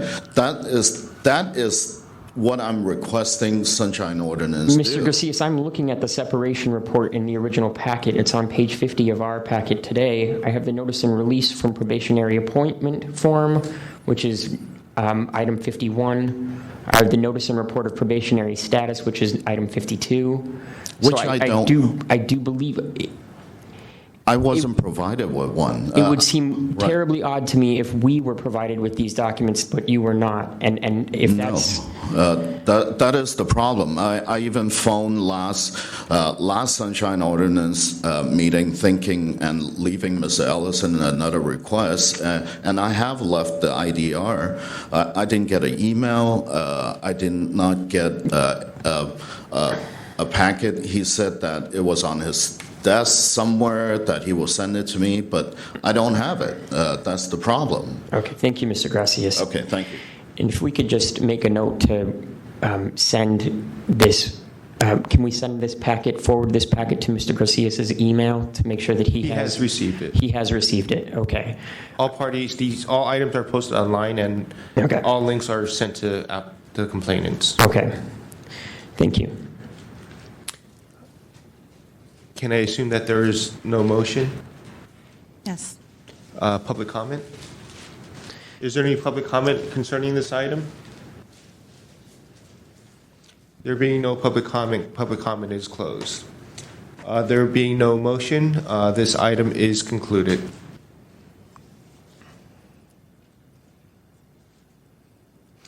Item number 5, file number 14019, hearing on the status of the order of determination. Complaint filed by William Clark against Dennis Herrera Jacksong and Gabriel Zintrin, City Attorney's Office, for violating Sunshine Ordinance Section 67.27-7, Section 67.29-7 for failure to maintain appropriate records in a businesslike manner. At the meeting of the Sunshine Ordinance Task Force on August the 6th, the task force requested that the City Attorney's Office review their records and provide in redacted form, if necessary, all records related to the request made by William Clark in file number 14019, including but not limited to emails, phone logs, time logs, and its reference documents.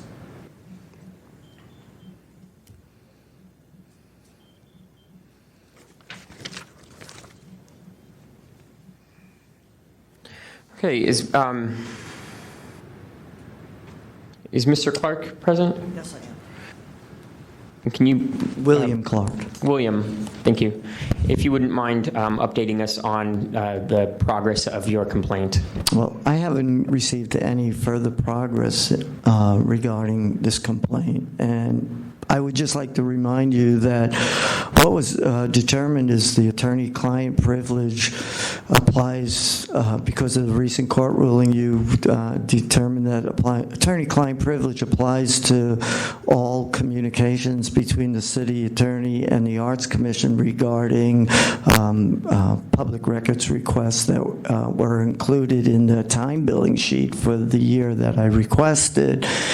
And I haven't received anything, but I just want to remind you that as a result of that determination, that the street artists who paid their certificate fee to pay for the city attorney's time and the director of the street arts program's time, Howard Lazar's times, to have these communications that we have not received, even though 17 to 20,000 thousands of dollars have been spent, we are unable to determine whether or not these conferences are valid conferences as a result of this last determination. We have received nothing on any of these, all these conferences, but in particular the Sunshine request. And so therefore, the whole purpose of me requesting this was that we're trying to verify whether the times that were required for these conferences, as well as the subject matter and for these conferences regarding public records requests are valid, so that we can make sure that the money that's spent on these is a rational and valid amount of money in order to help keep the street arts program certificate fee at a lower level. And as of right now, based on the ruling, there's no way for us to, I'm seeing this in regards to other departments too, not just the street arts, but there's no way to verify whether any communication between any department and the city attorney in reference to a public records request, whether or not the times that are used, the money that is charged, and whether the subjects that are discussed are valid purposes. And so, I would like to, and as I stated in at my hearing, I find it irrational to think that all those charges can be made against the department and there not be any public record, anything on record at the city attorney's office referring to any of those specific conferences. And therefore, it was the task force, I believe, requested that the city attorney go back and see if there were any records at all that he could bring forward in reference to those sunshine request conferences, and like you said, redact the information that would be attorney-client privilege, but leave intact any other information so we can start to get some sort of basis of whether or not these are valid charges and valid conferences, because we have no idea what they're talking about at all. They could be talking about the football stadium as far as we're concerned. We have no way of acknowledging that these charges are valid. And so, I'm hoping that we can get some for that particular year. I've been trying for like 2 or 3 years to get one of these, and I've got nothing so far. And we're hoping that we can get at least something from the city attorney's office to give us some information that isn't attorney-client privilege, but that can help us determine whether or not these are valid conferences, and whether these charges are valid charges for the times that were used between the city attorney's office and the art commission, so that we can sit and say to ourselves, okay, well, this money was validly spent.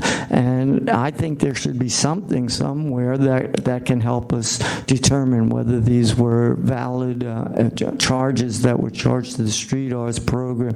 And since we pay the salary of Mr. Lazar and we pay for the city attorney's expenses, we think we're entitled to know something about what they talk about. Thank you, Mr. Clark.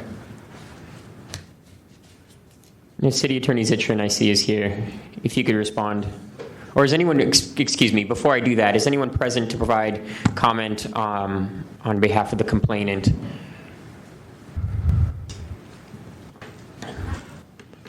Thanks, Ms. Datesh. Hi there. I just want to reiterate what I said at the hearing the day that it issued. From this log that was supplied and what you have before you, there are little notations. There's a file number and then there's something. But then it'll say like staff, King Richard Cat investigation.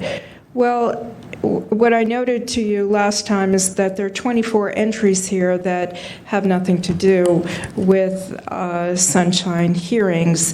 Kim Bliss would be the city attorney that is in charge of filing harassment, civil harassment complaints. And actually, I was the recipient, though it fell through. So that is not sunshine related. The investigations, 24 in total out of this log from the simple notations underneath, are not sunshine related. So the bits and pieces that come forward, even though they're in a very haphazard way, are very disconcerting because it's kind of a rabbit hole. You get a bit of information, but you're not really sure what it's about. You want to know more, and you can't because, as it's been presented to you, this is a program where the permit fees are paying for this misaccounting. And unless somebody is overseeing Howard Lazar, it's total chaos. And it's been for many, many years. So out of this total log, I have noted 24, which is over half, that are not sunshine related. Thank you, Ms. Datesh.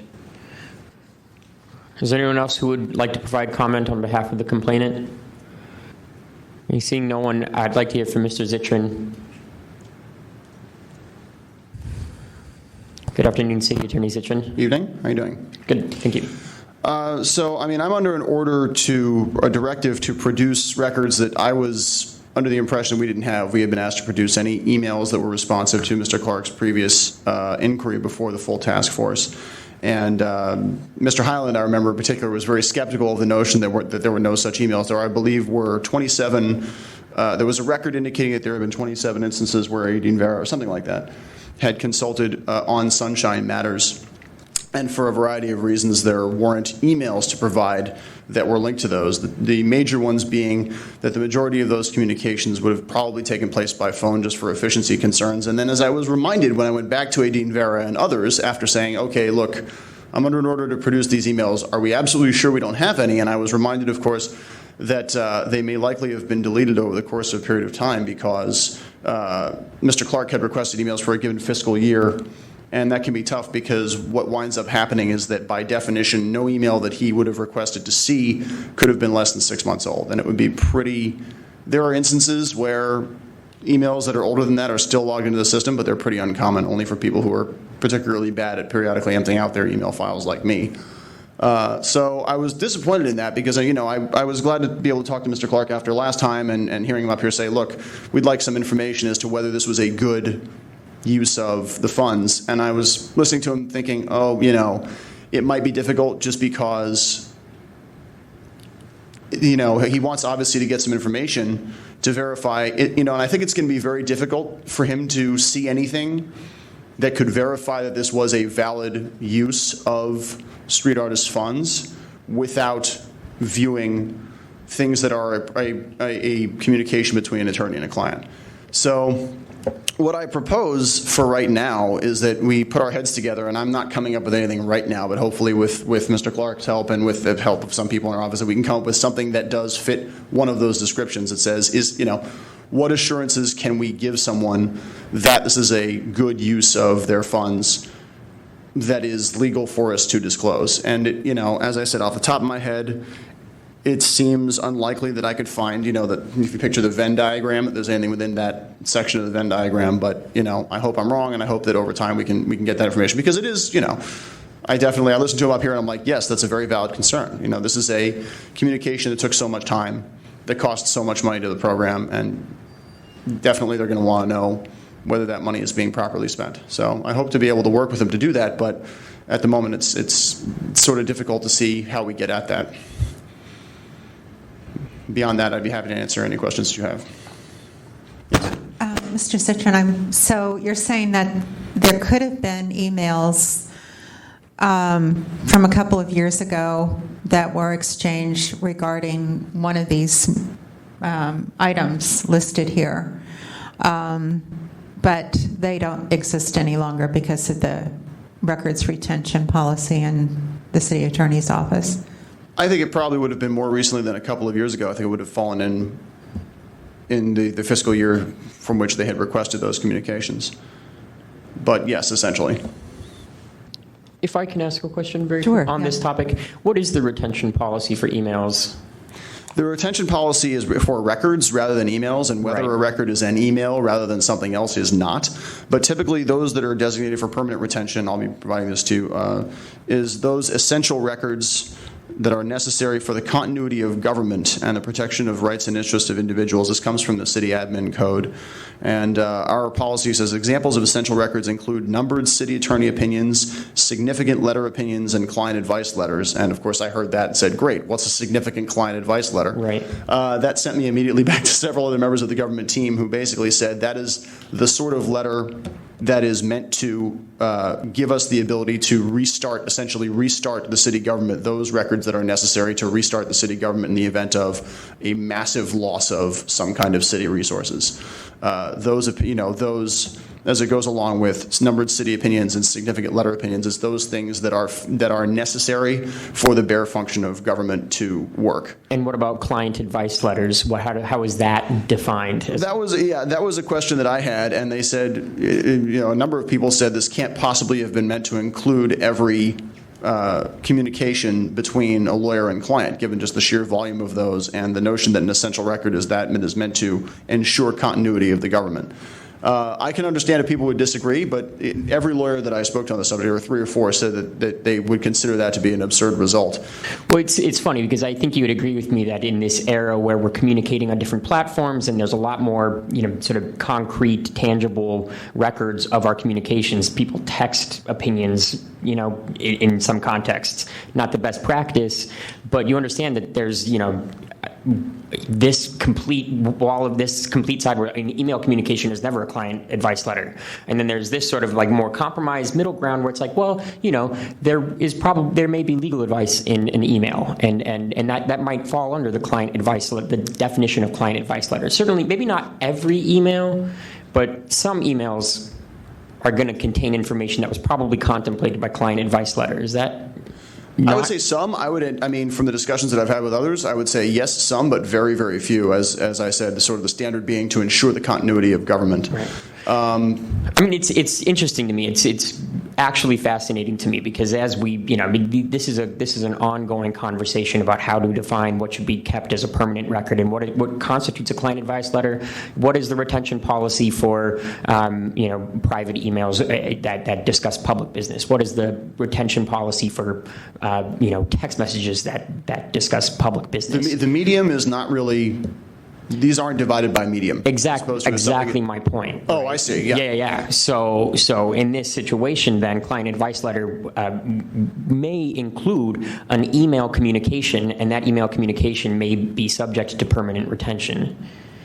Is that correct or incorrect? In a hypothetical sense? Yeah, I can imagine if such an advice letter that were necessary for the continuity of government were sent to the client by email. And I would like to think that in such a case, it would probably also be sent to the client by other means and archived through other means if it were assigned that importance upon its creation. Right. But yeah, hypothetically, it might exist in an email. I don't know of any, and there were not any in this case. But yes, I can say that might happen. Yeah. My concern is just that these retention rules, I don't know when they date from. Maybe you have that information, but that they were sort of crafted at a time when the only,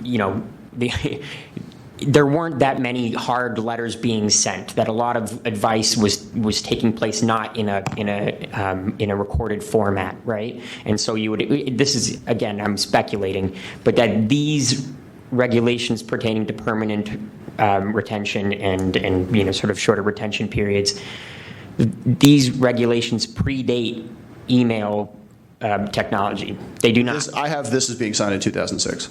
Okay. And I think the reason for that, and it does leap out, it's like, wait a second, if you didn't make special provisions for email, is it possible that it's that old and predates the technology? I think the reason that didn't happen is probably because of that sort of, the nature, whether the communication was made by email or regular mail or by text or something, doesn't affect whether it falls into the definition of essential record. I could be wrong about that, but I think that would explain why they didn't go back and create a separate section that said, okay, what if it's an email? Because the standard for whether we're going to keep it or not remains the same.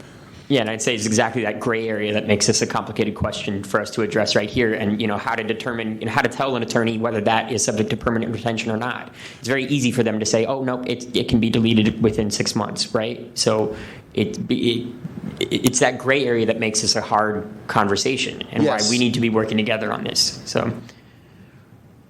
I was just going to say that when I was first on the task force, I know the cities didn't have the capacity at that time to retain emails or search for them because of the system they had. And they weren't kept very long, and if anybody wanted to see an email, it would have literally been on tape, and the tape would have been stored probably on a pier somewhere.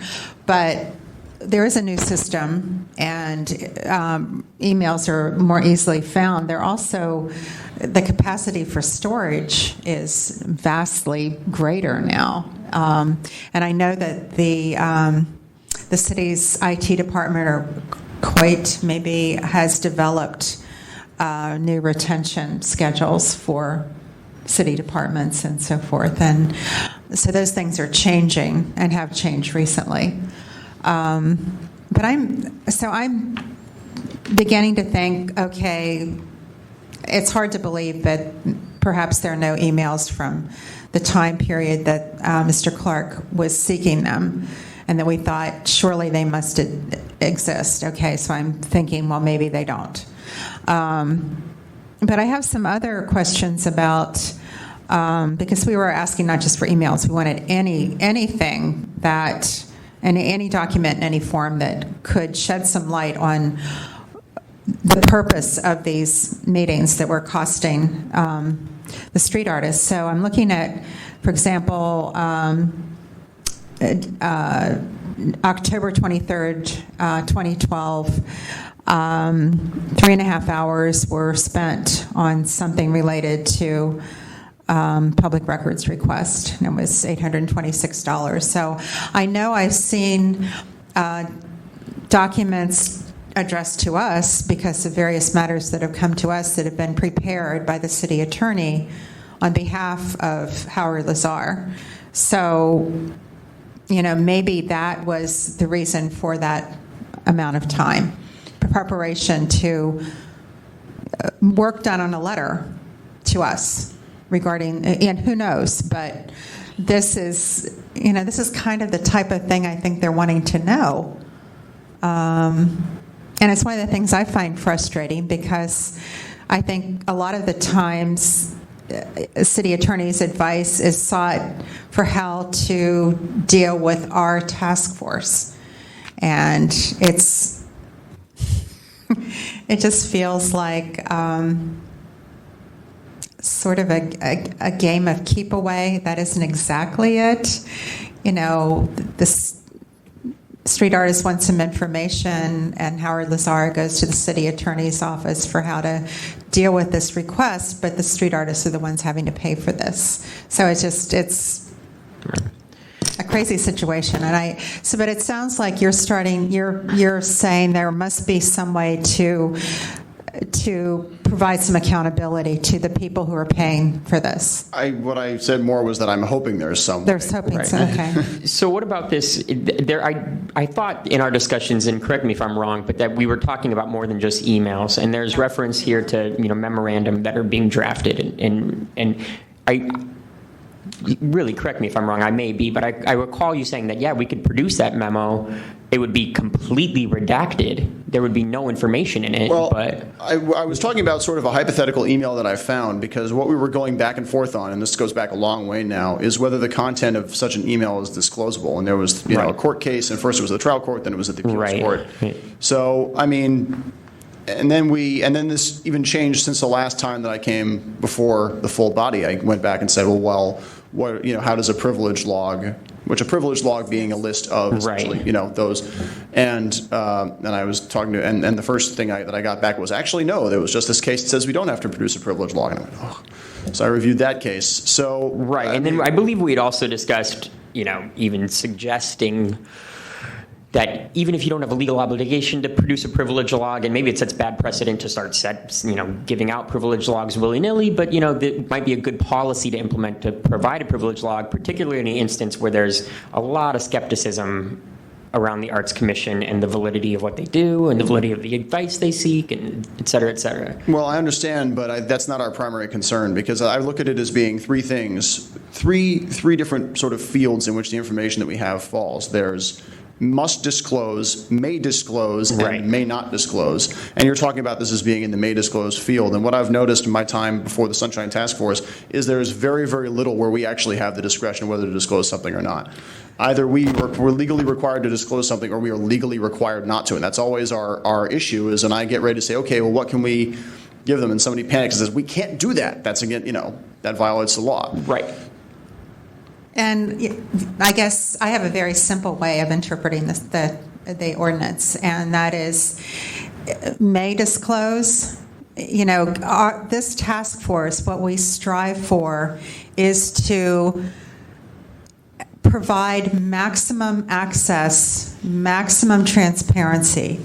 So we are required by this ordinance to find for disclosure. And so if it's may, at least I can argue to other members who may not interpret the law as I do, if it's may, then it's really shall, because you want to err, if you're on the side of more transparency.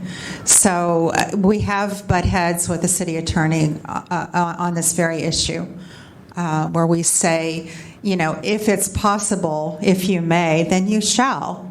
Otherwise you're withholding something that could be disclosed. And so that's how I don't know if is that how you think about it, Member Oka? I totally agree with what you just said. And this is my own view on this. Unless the things that are discussed between the city attorney's office and the Arts Commission can in some way and will in some way damage someone's personal privacy or invade somebody's personal privacy, or unless something not legal is being done in these conferences, why not disclose? What's the harm in disclosing? The harm in disclosing would be that it would violate the specific provision of the law known as the attorney-client privilege. And I know I pull that out a lot here, and I know that it doesn't make everyone happy. It doesn't make any sense. Well, yeah, because the attorney-client privilege, while that may make sense, the privilege makes sense. The withholding of a privilege log when it's requested does not make much sense, I think is what we're saying. No. When you are permitted to, reveal that much. And the issue is what we are permitted to reveal. And again, this goes into what's must disclose, may disclose, and there's certainly no, and there's just very little in that field. And I certainly agree with Member Washburn that if nothing else, in the interest of transparency and general comedy, I would fight for what is in the may disclose and say, let's disclose this because we can and it might help them. But there is very little typically that is in the may disclose field. If I get ready to disclose something, oftentimes somebody says, wait a second, we can't do that. Now, Member Oka is expressing some concern of why can't you? And I can come back with a specific legal citation if you like, if I can find it. I don't know it off the top of my head, but probably within either the Business and Professions Code or some other such California law that says that an attorney may not disclose confidences between client and communications between attorney and client. And for a long time, that has been understood to mean what those communications between an attorney and client that are privileged has a very wide bearing, and generally encompasses most of those communications. But does not extend to, say, the existence of the communication. Well, that's what we're trying to figure out. And that's what we're trying to figure out too, right? Yeah. So you can understand how we are on, we are necessarily by mandate, and I agree with Member Washburn on this, on one side of this, where, you should probably feel obligated to produce a privilege log. It's in the Sunshine Ordinance to do this, all right? I understand that there may be a case that says you don't have to. No, there may be a case that says we can't. What is that case? That's something that would be... Well, I just was looking at it an hour ago. I will send it on to Mr. Young, if nothing else, from viewing members of the task force. And then, actually, no. Let me take another reading of it. It's been only part of the things I was doing. It may be if it's a may reveal case, and that's one thing. Right, and because at this point, and particularly, it seems with the Arts Commission, it would behoove us to be as transparent and as open as possible. So all the mays should be shalls. Particularly when it comes to the things that are brought before us here, and that's in the spirit of, as you say, comedy and collaboration between your office and what we're tasked with here. It is so hard to sit up here and try and tell you that you have to do something that you're not legally obligated to do. But you understand, I'm sure you understand, that it's in the interest of the Sunshine Ordinance what we're here to do, right? So please send that case to us, and it's a tough one because this boils down to on some levels just a legal dispute that we are ill-equipped to adjudicate what we can adjudicate is what we feel like you should be producing.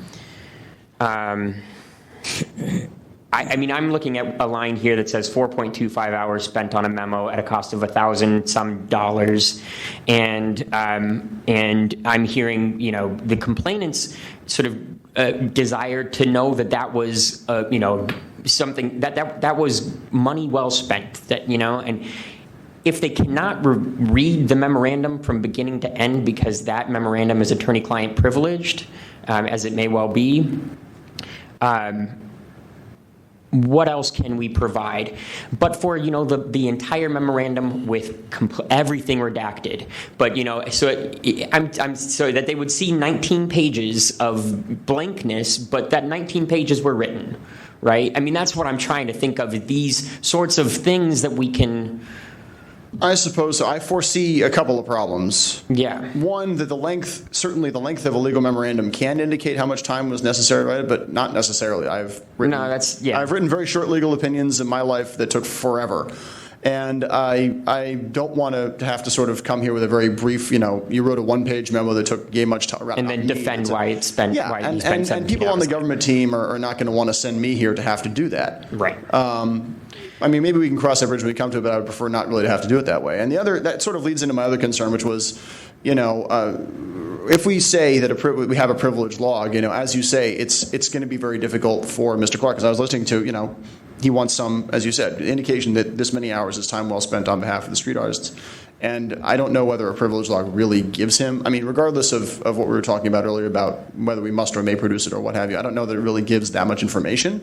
If it's what we can give, then it's what we can give. But I don't know if it really would help any requester determine whether this was money well spent to see that there were many communications of this type. You know, I picture myself looking at it and go, okay, I still don't know whether that was money well spent because I can't see the content of that. Yeah. And whether they could see the content of those communications is something that went back, you know, we maintained for a while that they couldn't, you know, so. And I'm inclined to agree with you on that point. And I'm looking at this log that was provided, you know, in response to the original complaint.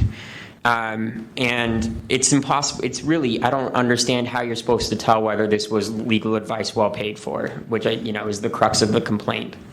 Unless I'm completely mistaken now that we've been talking about it for a while. In a minute, yeah, and absolutely sure. But just to wrap up this part of it from my perspective, I hope I haven't lost my train of thought. I mean, the fact is, you talk about, you know, crossing a bridge when we come to it and having to defend the validity of spending 6 hours on a 2-page memo, for example, hypothetically. Right? But it's this, you know, that argument is going to go a lot like this bridge that we're crossing right at this juncture. And what it boils down to is a pretty profound distrust between, you know, the Clark brothers, Ms. Datesh, and the Arts Commission, and how your office and this body can facilitate a little bit more trust there, right? And it's an ongoing conversation. I don't know how to find non-compliance at this point. I'm going to ask Mr. Clark, another question about this, but. You know, I think we have to find some way to collaborate on engendering more trust, and that trust is engendered through transparency and openness. So. Well, as I said, I want to find a way, put our heads together. If there is anything in the middle of that Venn diagram, to figure out what it is. Right, and that may be the privilege log at this point. I'll suggest, and you know, I want to review that. It's possible, but it's also possible that not. So we'll have to see. Right. I'm wondering, I'm looking at the log that was provided, and I was wondering about the possibility of adding a field to this that, for example, for the item I mentioned earlier, October 23rd, 2012, the 3.5 hours, if there could be a field about the product that was produced or the activity that took place. Okay, there's 25, 0.25 hours, 0.25 phone call regarding, you know, a phone. This was a phone call. That makes sense. Or the 3.5 hours preparation for task force hearing. I don't know, just some, not what was discussed in the phone call, what happened, but, was there a product produced? What was done? Just something like that. Is that a crazy thing to request? I know It's not crazy. Member Pilpel suggested the same thing to me, and we were concerned about whether there is such a thing as disclosing the nature of a communication without disclosing some measure of the content of the communication, and they were this is one of those, we were walking on an edge here and saying, wait a second, can we do that? Would we be violating confidence if we did that? And, I think that the office felt, in light of the fact that we had already created these new billing indicators just to indicate that they were, in fact, discussions regarding the Sunshine Task Force. That's something that we only do with respect to the Arts Commission. We don't do it with respect to the city departments. It was in response to suggestions from the Sunshine Task Force requesting more detail. So in that sense, I think there was sort of a thing as well. I mean, we don't want to disclose what the nature of the communication was. It's not typically, like in another legal context, I think, what an attorney would be permitted to do. And beyond that, I think there was just sort of people were already saying, well, wait a second, we already created these new designations in our system specifically for communications with the Arts Commission that had to do particularly with Sunshine Matters. So it may not be crazy, but the last that I heard was that we didn't really feel that it would be appropriate for us to produce that, or that we would be able to. Now, this conversation is probably not over, particularly because Member Pilpel also still asking the same question. Well, why would you not be able to do this? And I mean, it's one of those things. I mean, I hope we can put our heads together with the Clark brothers or with whoever else and say, is there anything that is in that middle space? So. Yeah, I'm thinking, not just for this street artist program. So what you have here, the breakout of memo, public requests, review, you're doing this just for them at our request? No, what's just for them at our request is that we have a designation in our system that is specifically for communications with clients that pertain to the Sunshine Ordinance. Oh, okay. Which I don't think we do with any other department, as opposed to, all communications. Somebody who wants to see those records from another department can say, can I see a log of all those hours you billed, just with, on Sunshine Matters. But we made it easier in this case. We can search our computer files much faster because we created these designations for Arts Commission Sunshine. Okay, all right. So.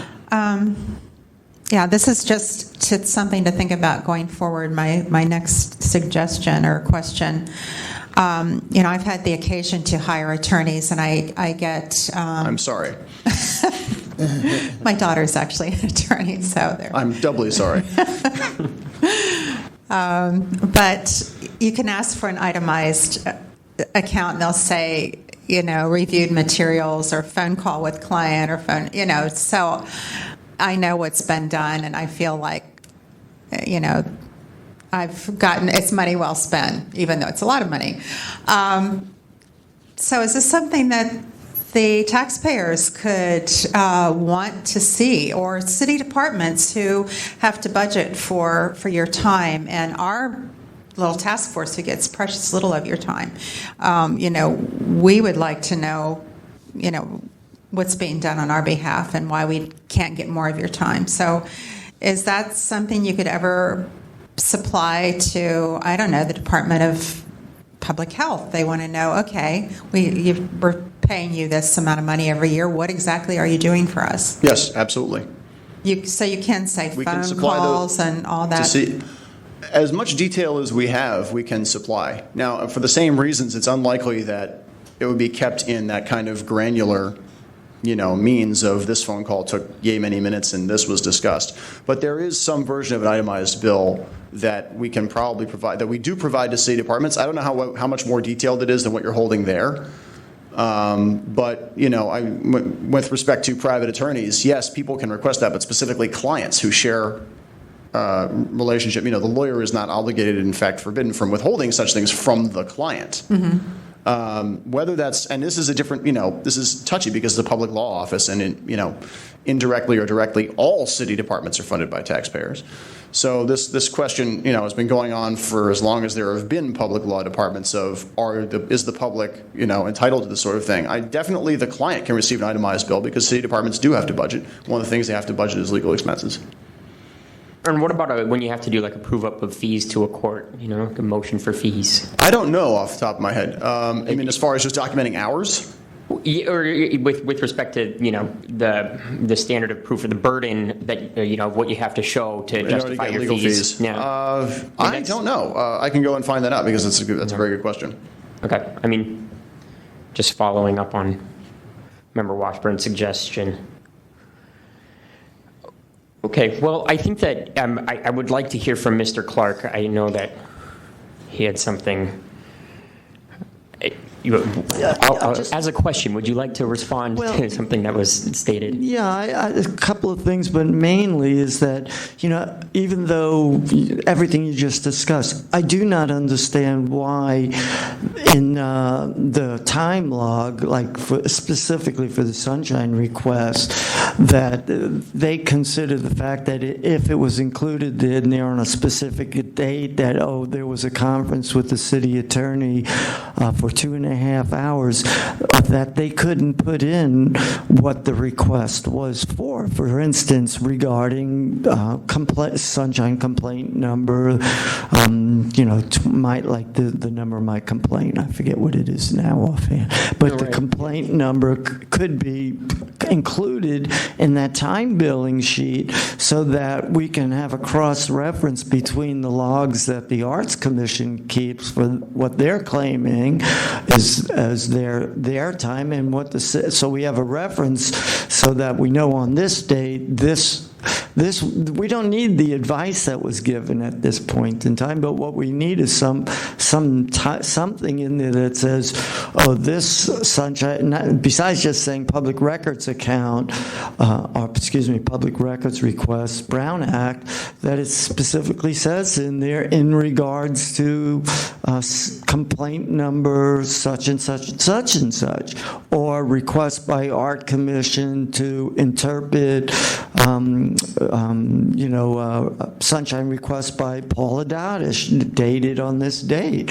I don't understand why that kind of information, which is what we're trying to get, so that we can get an idea of what this particular conference was in reference to. We don't need to know what transpired between the two of them, which are, if there's, in that case, but we do. I don't see why that would be attorney-client privilege, just for us to be able to find out that this conference referred to this matter. And one other thing I just wanted to say, and the other thing was that, I'm familiar with the Records Retention Act and the Administrative Code, and I'm aware of what it's all about. But I find it, humorous that, after seeing all those other emails from previous years, which I believe were requested by other Sunshine complainants, much more than 6 months after they were sent back and forth, that those email requests were retained and released,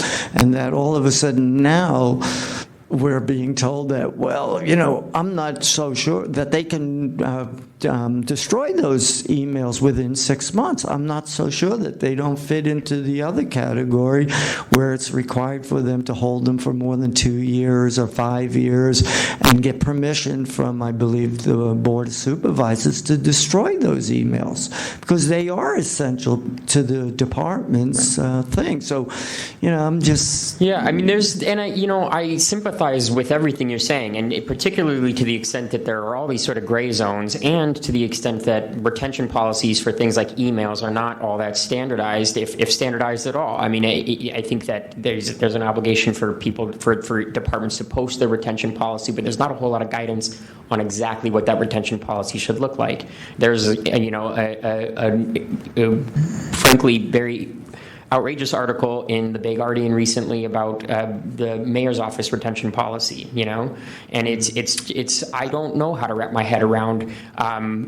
I'm familiar with that, by the way. Right, and it's so and at the same time, I'm mindful that entities like the IRS have a 7-year retention policy for emails, and that these things, there's so much variance here that it's just frustrating to try and pin one department or agency down, particularly when there's a level of distrust that you're feeling right now.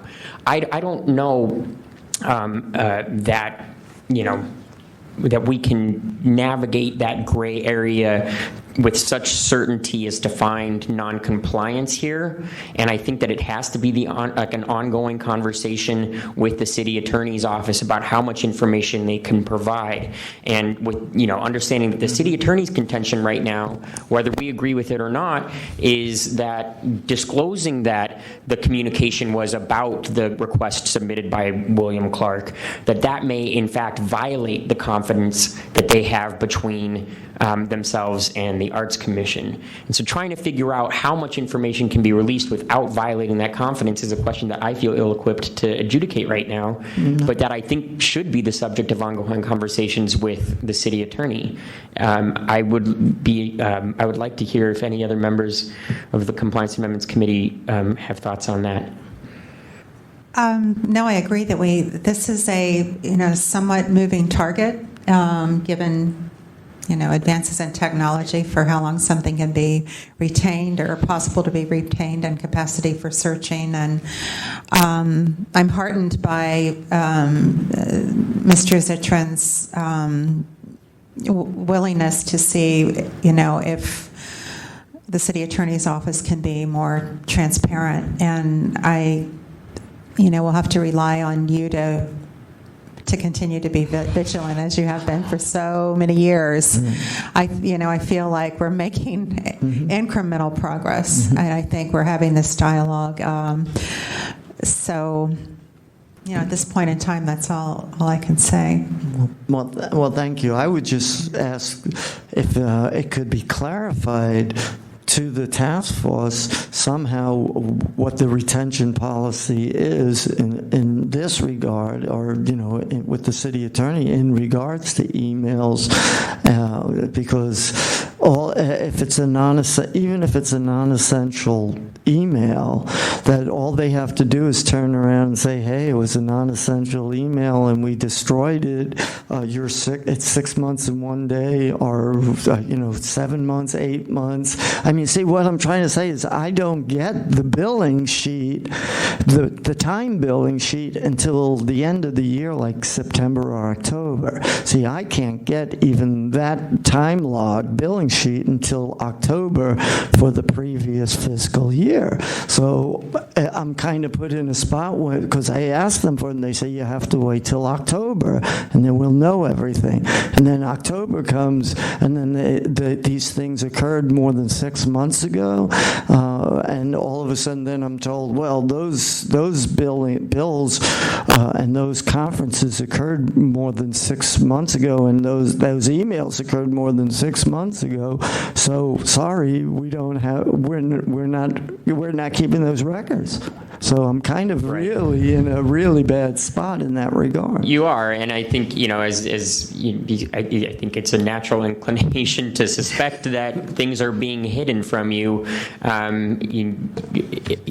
inappropriately. And I don't know whether there's truth to that. It's a bit of a catch-22, as I know you understand. Yeah. So I think that we need to keep on working with the city attorney's office on this. I would appreciate it if City Attorney Zitron did send over that authority on privilege logs, whether they may be disclosed, whether they cannot be disclosed. Just because I think that would be an interesting conversation for us to keep on having. With regard to the retention policies, I believe that's noted in our response to the civil grand jury report, which we're still working on, some method of investigating whether each agency and department, or monitoring whether each agency and department has a retention policy posted, or whether they should. I think that is to some extent going to be addressed it is addressed in the civil grand jury report. Whether we address it in our response is what I'm unsure about, but it's certainly something that we need to monitor. I wish we were full-time paid employees. I wish you were too. With, yeah. I would pay you what I'm paying them to sit and have a conference together. I would be willing to pay you an equal amount for you to receive some money for the things you do. And I understand exactly what you're saying. And what I would like to do, because I'm like for instance now, I want to request the next year's time billing sheet. Right. And by the time it gets to them, I'm going to be given the same information. I'll be given the logs with no additional information. And, I don't know, the Arts Commission won't do it, the city attorney won't do it, and nobody will sit down with me and say, hey, isn't there, a tiny bit of information that can be included in these time billings that give us a reference to what this is about. And I definitely appreciate everything you said here tonight. Well, thank you. And, it's an ongoing conversation. We should move on to the next agenda item. I appreciate the patience of everybody who's here right now. My brother would like to just say something under public comment. If there's no motion, there's no public comment, I guess. But There's still public comment. Yeah, there's. Sure. Yeah. Please, I think we should open it up for public comment at this point. Okay, so basically we're being told that because I want to say basically we're being told we're not going to be able to get the information we need to verify whether these are legitimate costs due to the attorney-client technicality.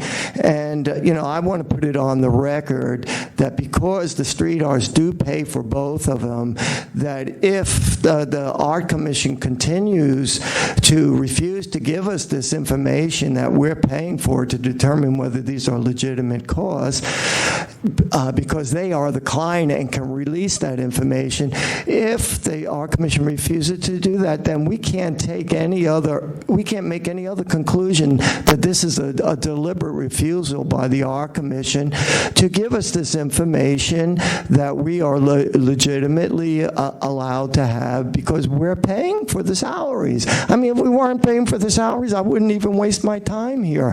And, I just want to make it clear to Task Force Member Washburn that the courts have ruled in the past that when the use of the word may is used in an ordinance or something like that, that even though normally may is just means like you can or you can't, in those matters where if the person or the department says, well, since it says may, we don't have to do it, therefore we're not going to do it, then if that defeats the purpose of the ordinance, then the court will determine that use of the word may is mandatorily a shall. And there have been court cases that have ruled that. So I think you're absolutely correct.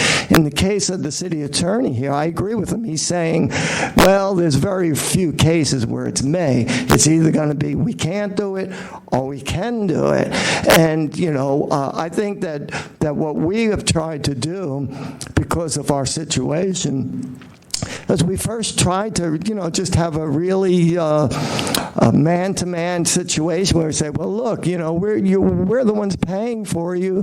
Why are you using this attorney-client privilege to basically to the hand that feeds you? We're the ones that are asking for the information, and I appreciate what this task force has done, and I know the limits of what you can do, and I accept that, and we'll go on, and believe me, we have gotten plenty of information through the task force to show the way the city has been conducting their manipulation of the funds of the street artist program. And I want to thank the task force for giving us this opportunity. And even if we don't get any more information, we've gotten a lot from you. Thank you.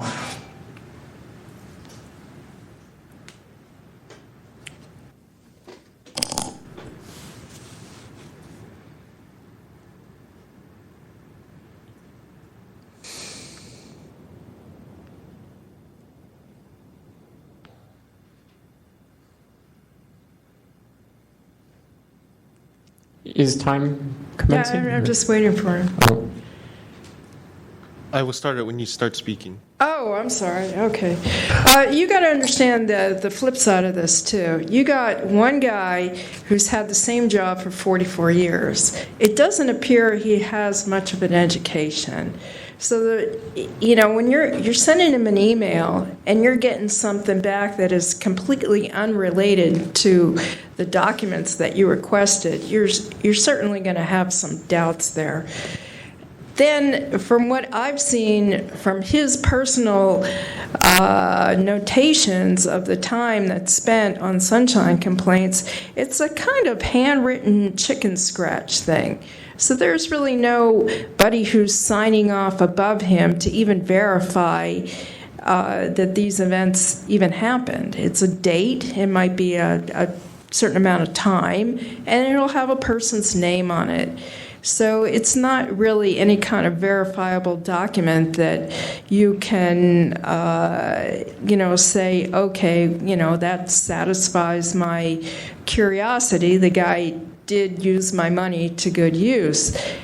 And also, you have to understand, you don't have too much experience. You're kind of new here. You haven't had Howard Lazar in front of you. You've had a taste of it with Sharon Page Ritchie and Kay Patterson, how one will lie and the other one will chime in. Well, imagine three. So what you're having here is Howard Lazar creating a mess and other people that have been hired to basically clean up his mess in the form of Kate Patterson. And this plays out over and over again in task force meetings. So with the chance encounter that happened on the street with somebody that I have not spoken to in many, many years, to have that kind of hostility fall out of that man's mouth for 20 minutes. It was a very angry rant. And for him to say those kind of things means that he takes this personally, he holds this thing very close to him, and he does not want to divulge any of his dealings. I have gone up in that office, used to be in the basement, quite separate from the Arts Commission offices, either simply asking a question or trying to get a permit renewed because they don't answer the phone. And this guy will just go on angry rants, or you'll overhear him on the phone with Kim Bliss. Well, if she appears on the fourth floor of City Hall, as I expect she will, I'll just waive the document. Well, that causes you to wonder. And then you do a public record search, and you say, oh, he's at it again. He is, very much on his own. He's not supervised. My understanding is he's been there so long, he only has yearly performance reviews, and we don't have access to that information. thank you.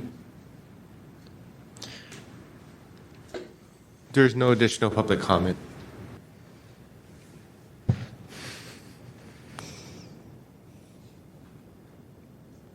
And no motion has been made, so shall we proceed to the next item? There being no motion, this item is concluded.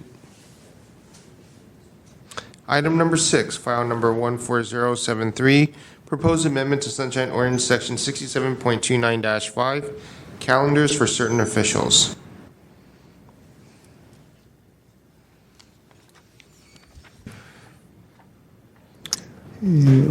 So, And oh my gosh. former member Nee is gone. Yeah. I just feel the need to take a deep breath. Sorry. Oh boy. Decompress. Yeah. Okay. We can move on.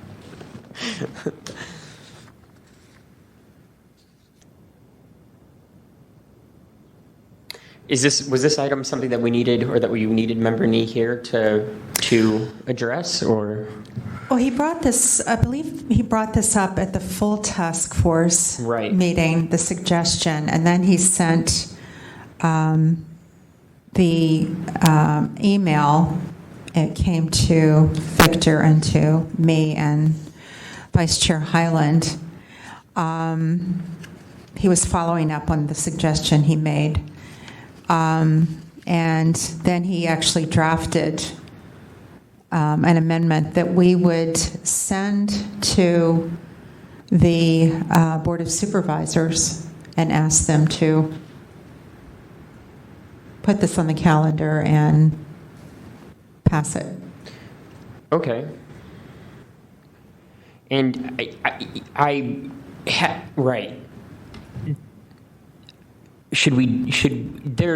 I have a lot of thoughts on how to accomplish that effectively, and am mindful of the sort of tremendous amount of political will it takes for the Board of Supervisors to do something like this, and that it needs to be approached with a level of tact and strategy. I almost said strategy. That we should really put our heads together on how best to accomplish this if this is what we want.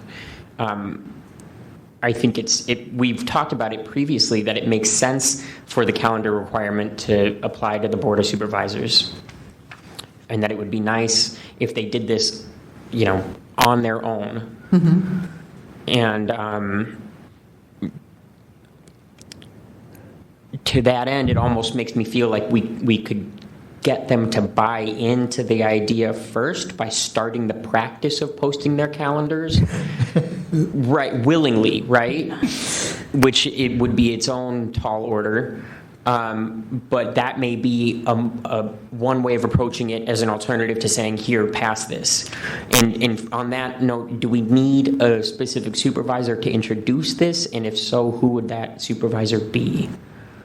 Is this what we should be discussing right now? Right, yeah, the strategy. And I wish Richard Nee was here right now to discuss this. The supervisor or the mayor does need to introduce this for the board's consideration.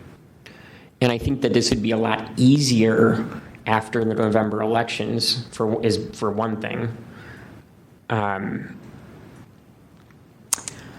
Or it could be, I think, we really need Rick Nee here to talk about it, but I think his reasoning was the civil grand jury report is coming out advocating that this happen, and this would actually, the Board of Supervisors might see this as something that they could do, and it would bring them goodwill. Right.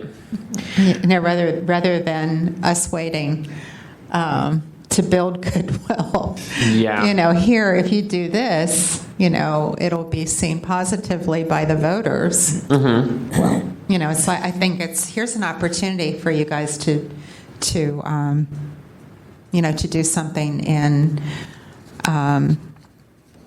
to show that you support transparency. The Board of Supervisors will need to respond to the civil grand jury report also, and they must also have a hearing. Yeah. So maybe one of the members of this task force should appear at that hearing with the recommendation. I think that would be wise, and if we send this letter, we should send it as the task force, and with the full expectation that they're probably not going to do this. I mean, that's just having met with the entire Board of Supervisors in order to get on this board and knowing how they view the Sunshine Ordinance Task Force, I'm not optimistic. I don't even know. I'm somewhat close with the two most progressive supervisors on the Board of Supervisors, and I'm skeptical that they would feel comfortable introducing this, which is... Mr. Chairman, if past experience runs true, it's going to be like pulling teeth for some of this to get through. Right. And I think it's been my experience, and I've talked to all 11 supervisors. You need to massage things and get their individual buy-in and get them comfortable with what we're trying to do, and then write the correctly worded letter. Exactly. Yeah, absolutely. And nudge them toward. I'd love to have them post their calendar, but that ain't going to happen right away. Right, but wow, wouldn't it be an amazing thing if we could do that?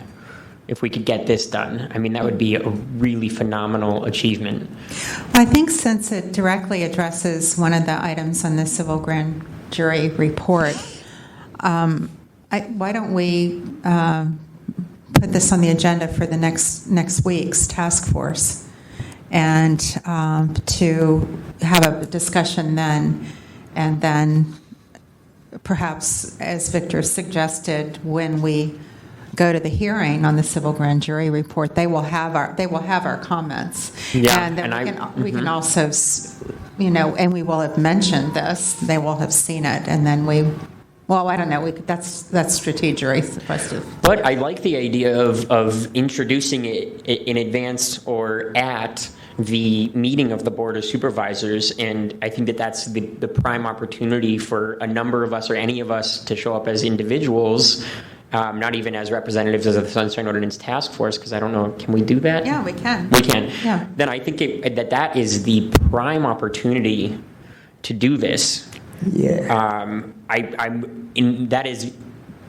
I'm still pessimistic that this is something that can be done easily, but I think that it is incumbent upon us to try. I think that that's important. Mm-hmm. And I will be there at that Board of Supervisors meeting. I will absolutely be there to tell them why they should do this and why it's a good idea for them and for us and for the people of San Francisco. Right. So. And why wouldn't they do it? Well, the civil grand jury found that most of them were amenable to it. There were just a couple who weren't, and I would think that they could possibly, with some discussion and some, seeing the civil grand jury report itself and this very reasonable. I mean, I think this was a mistake when the Sunshine Ordinance was drafted, that this was an inadvertent omission.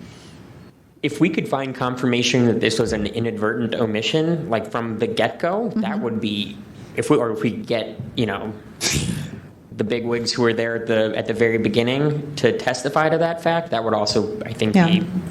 It seems like it's an oversight. I mean, how could this not apply to the Board of Supervisors? Exactly. It has to be an oversight. Yeah. So, but the reason that they wouldn't want to do this is because they don't want to expose themselves to, further ethical violations, potential further ethical violations by their, failure to post adequate calendars. It exposes them to further complaints from the public, So. But why don't we put it on next week's agenda as part of. I will place this item on the agenda for next week's August 26th meeting of the task force. This committee need not take any action on this item today. Okay, great. There are no members of the public in the room. Okay. I did accidentally skip an item on the agenda, item number 2, adoption of the July 15, 2014 Compliance and Amendments Committee meeting minutes. I haven't had a chance to review them. Could we continue this? We can continue it. I mean, I scanned it and, would be inclined to go with you if you had reviewed it, or Member Oka if he had reviewed it. But we can continue that. Yeah, if we would. Yeah. I will continue this to the next meeting of the task force. Of the Compliance and Amendments Committee. Great. Item number 8, announcements, comments, questions, and future agenda items. Is this just a free-for-all, sort of? Pretty much. Because I do have a comment on something that we did today. Okay. And something that I've been just squirming in my seat in. I think we got it wrong, letting off the Arts Commission on committees not being subject to. I think we got that wrong. I think, and I think that they may have, I don't know that they deliberately lied to us or tried to pull one over on us, but I think that their committee meetings are subject to the minutes requirement. Yes. and subject to the audio recording requirement, and I feel awful. Yeah, Yeah, that got by me too. I was researching it while public comment was being given, and I wanted to speak up and say, oh, shit, can we rewind 10 minutes? Excuse my language. We can open a hearing file to consider this issue, and as I was speaking with Chair Washburn, to create a precedent list of items, and we can add this item to that. But we can create a separate hearing file, not noting any specific department, to discuss that item and receive advice from the city attorney. And once we receive that official advice, we can add it to a precedent list to make that statement that this is the position of the task force. Yeah. That'd be fantastic. Yeah, that is a wonderful project. It's something we've talked about for years. It would Precedent help. list. Yes, it would help so much. And this is just, what is a precedent list? These are decisions we've made in the past, ways we've interpreted the ordinance. Yeah. For example, the 150-word summary, we have decided over and over that should be in the body of the minutes. Yeah. Yeah. And I think, we clearly argue that, and there are other things too. But you're right. This business about committees.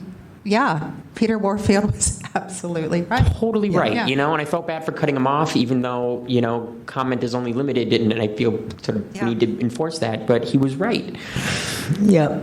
Well, the other thing is,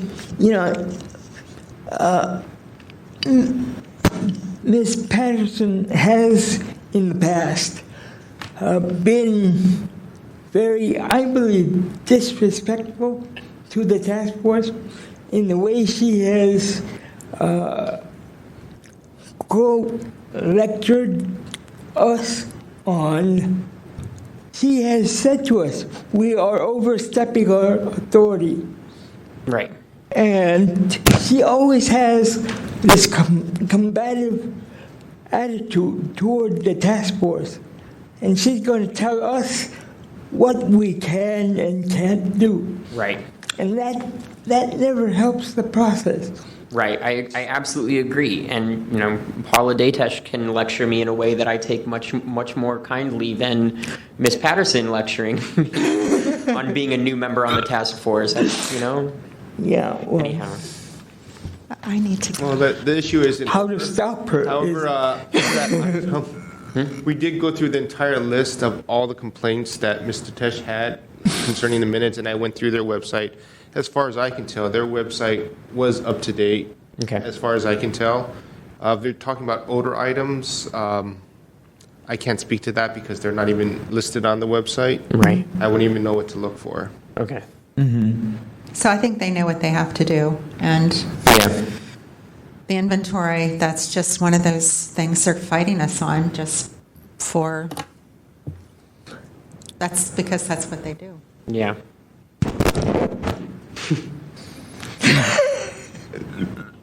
Oh, and how do I end a meeting? Item number 9, adjournment. Oh, yes. There is no need for any motion. Just state that there being no other business, the meeting is adjourned. Okay, there being no other business, this meeting is adjourned. Okay. Thank All you. right.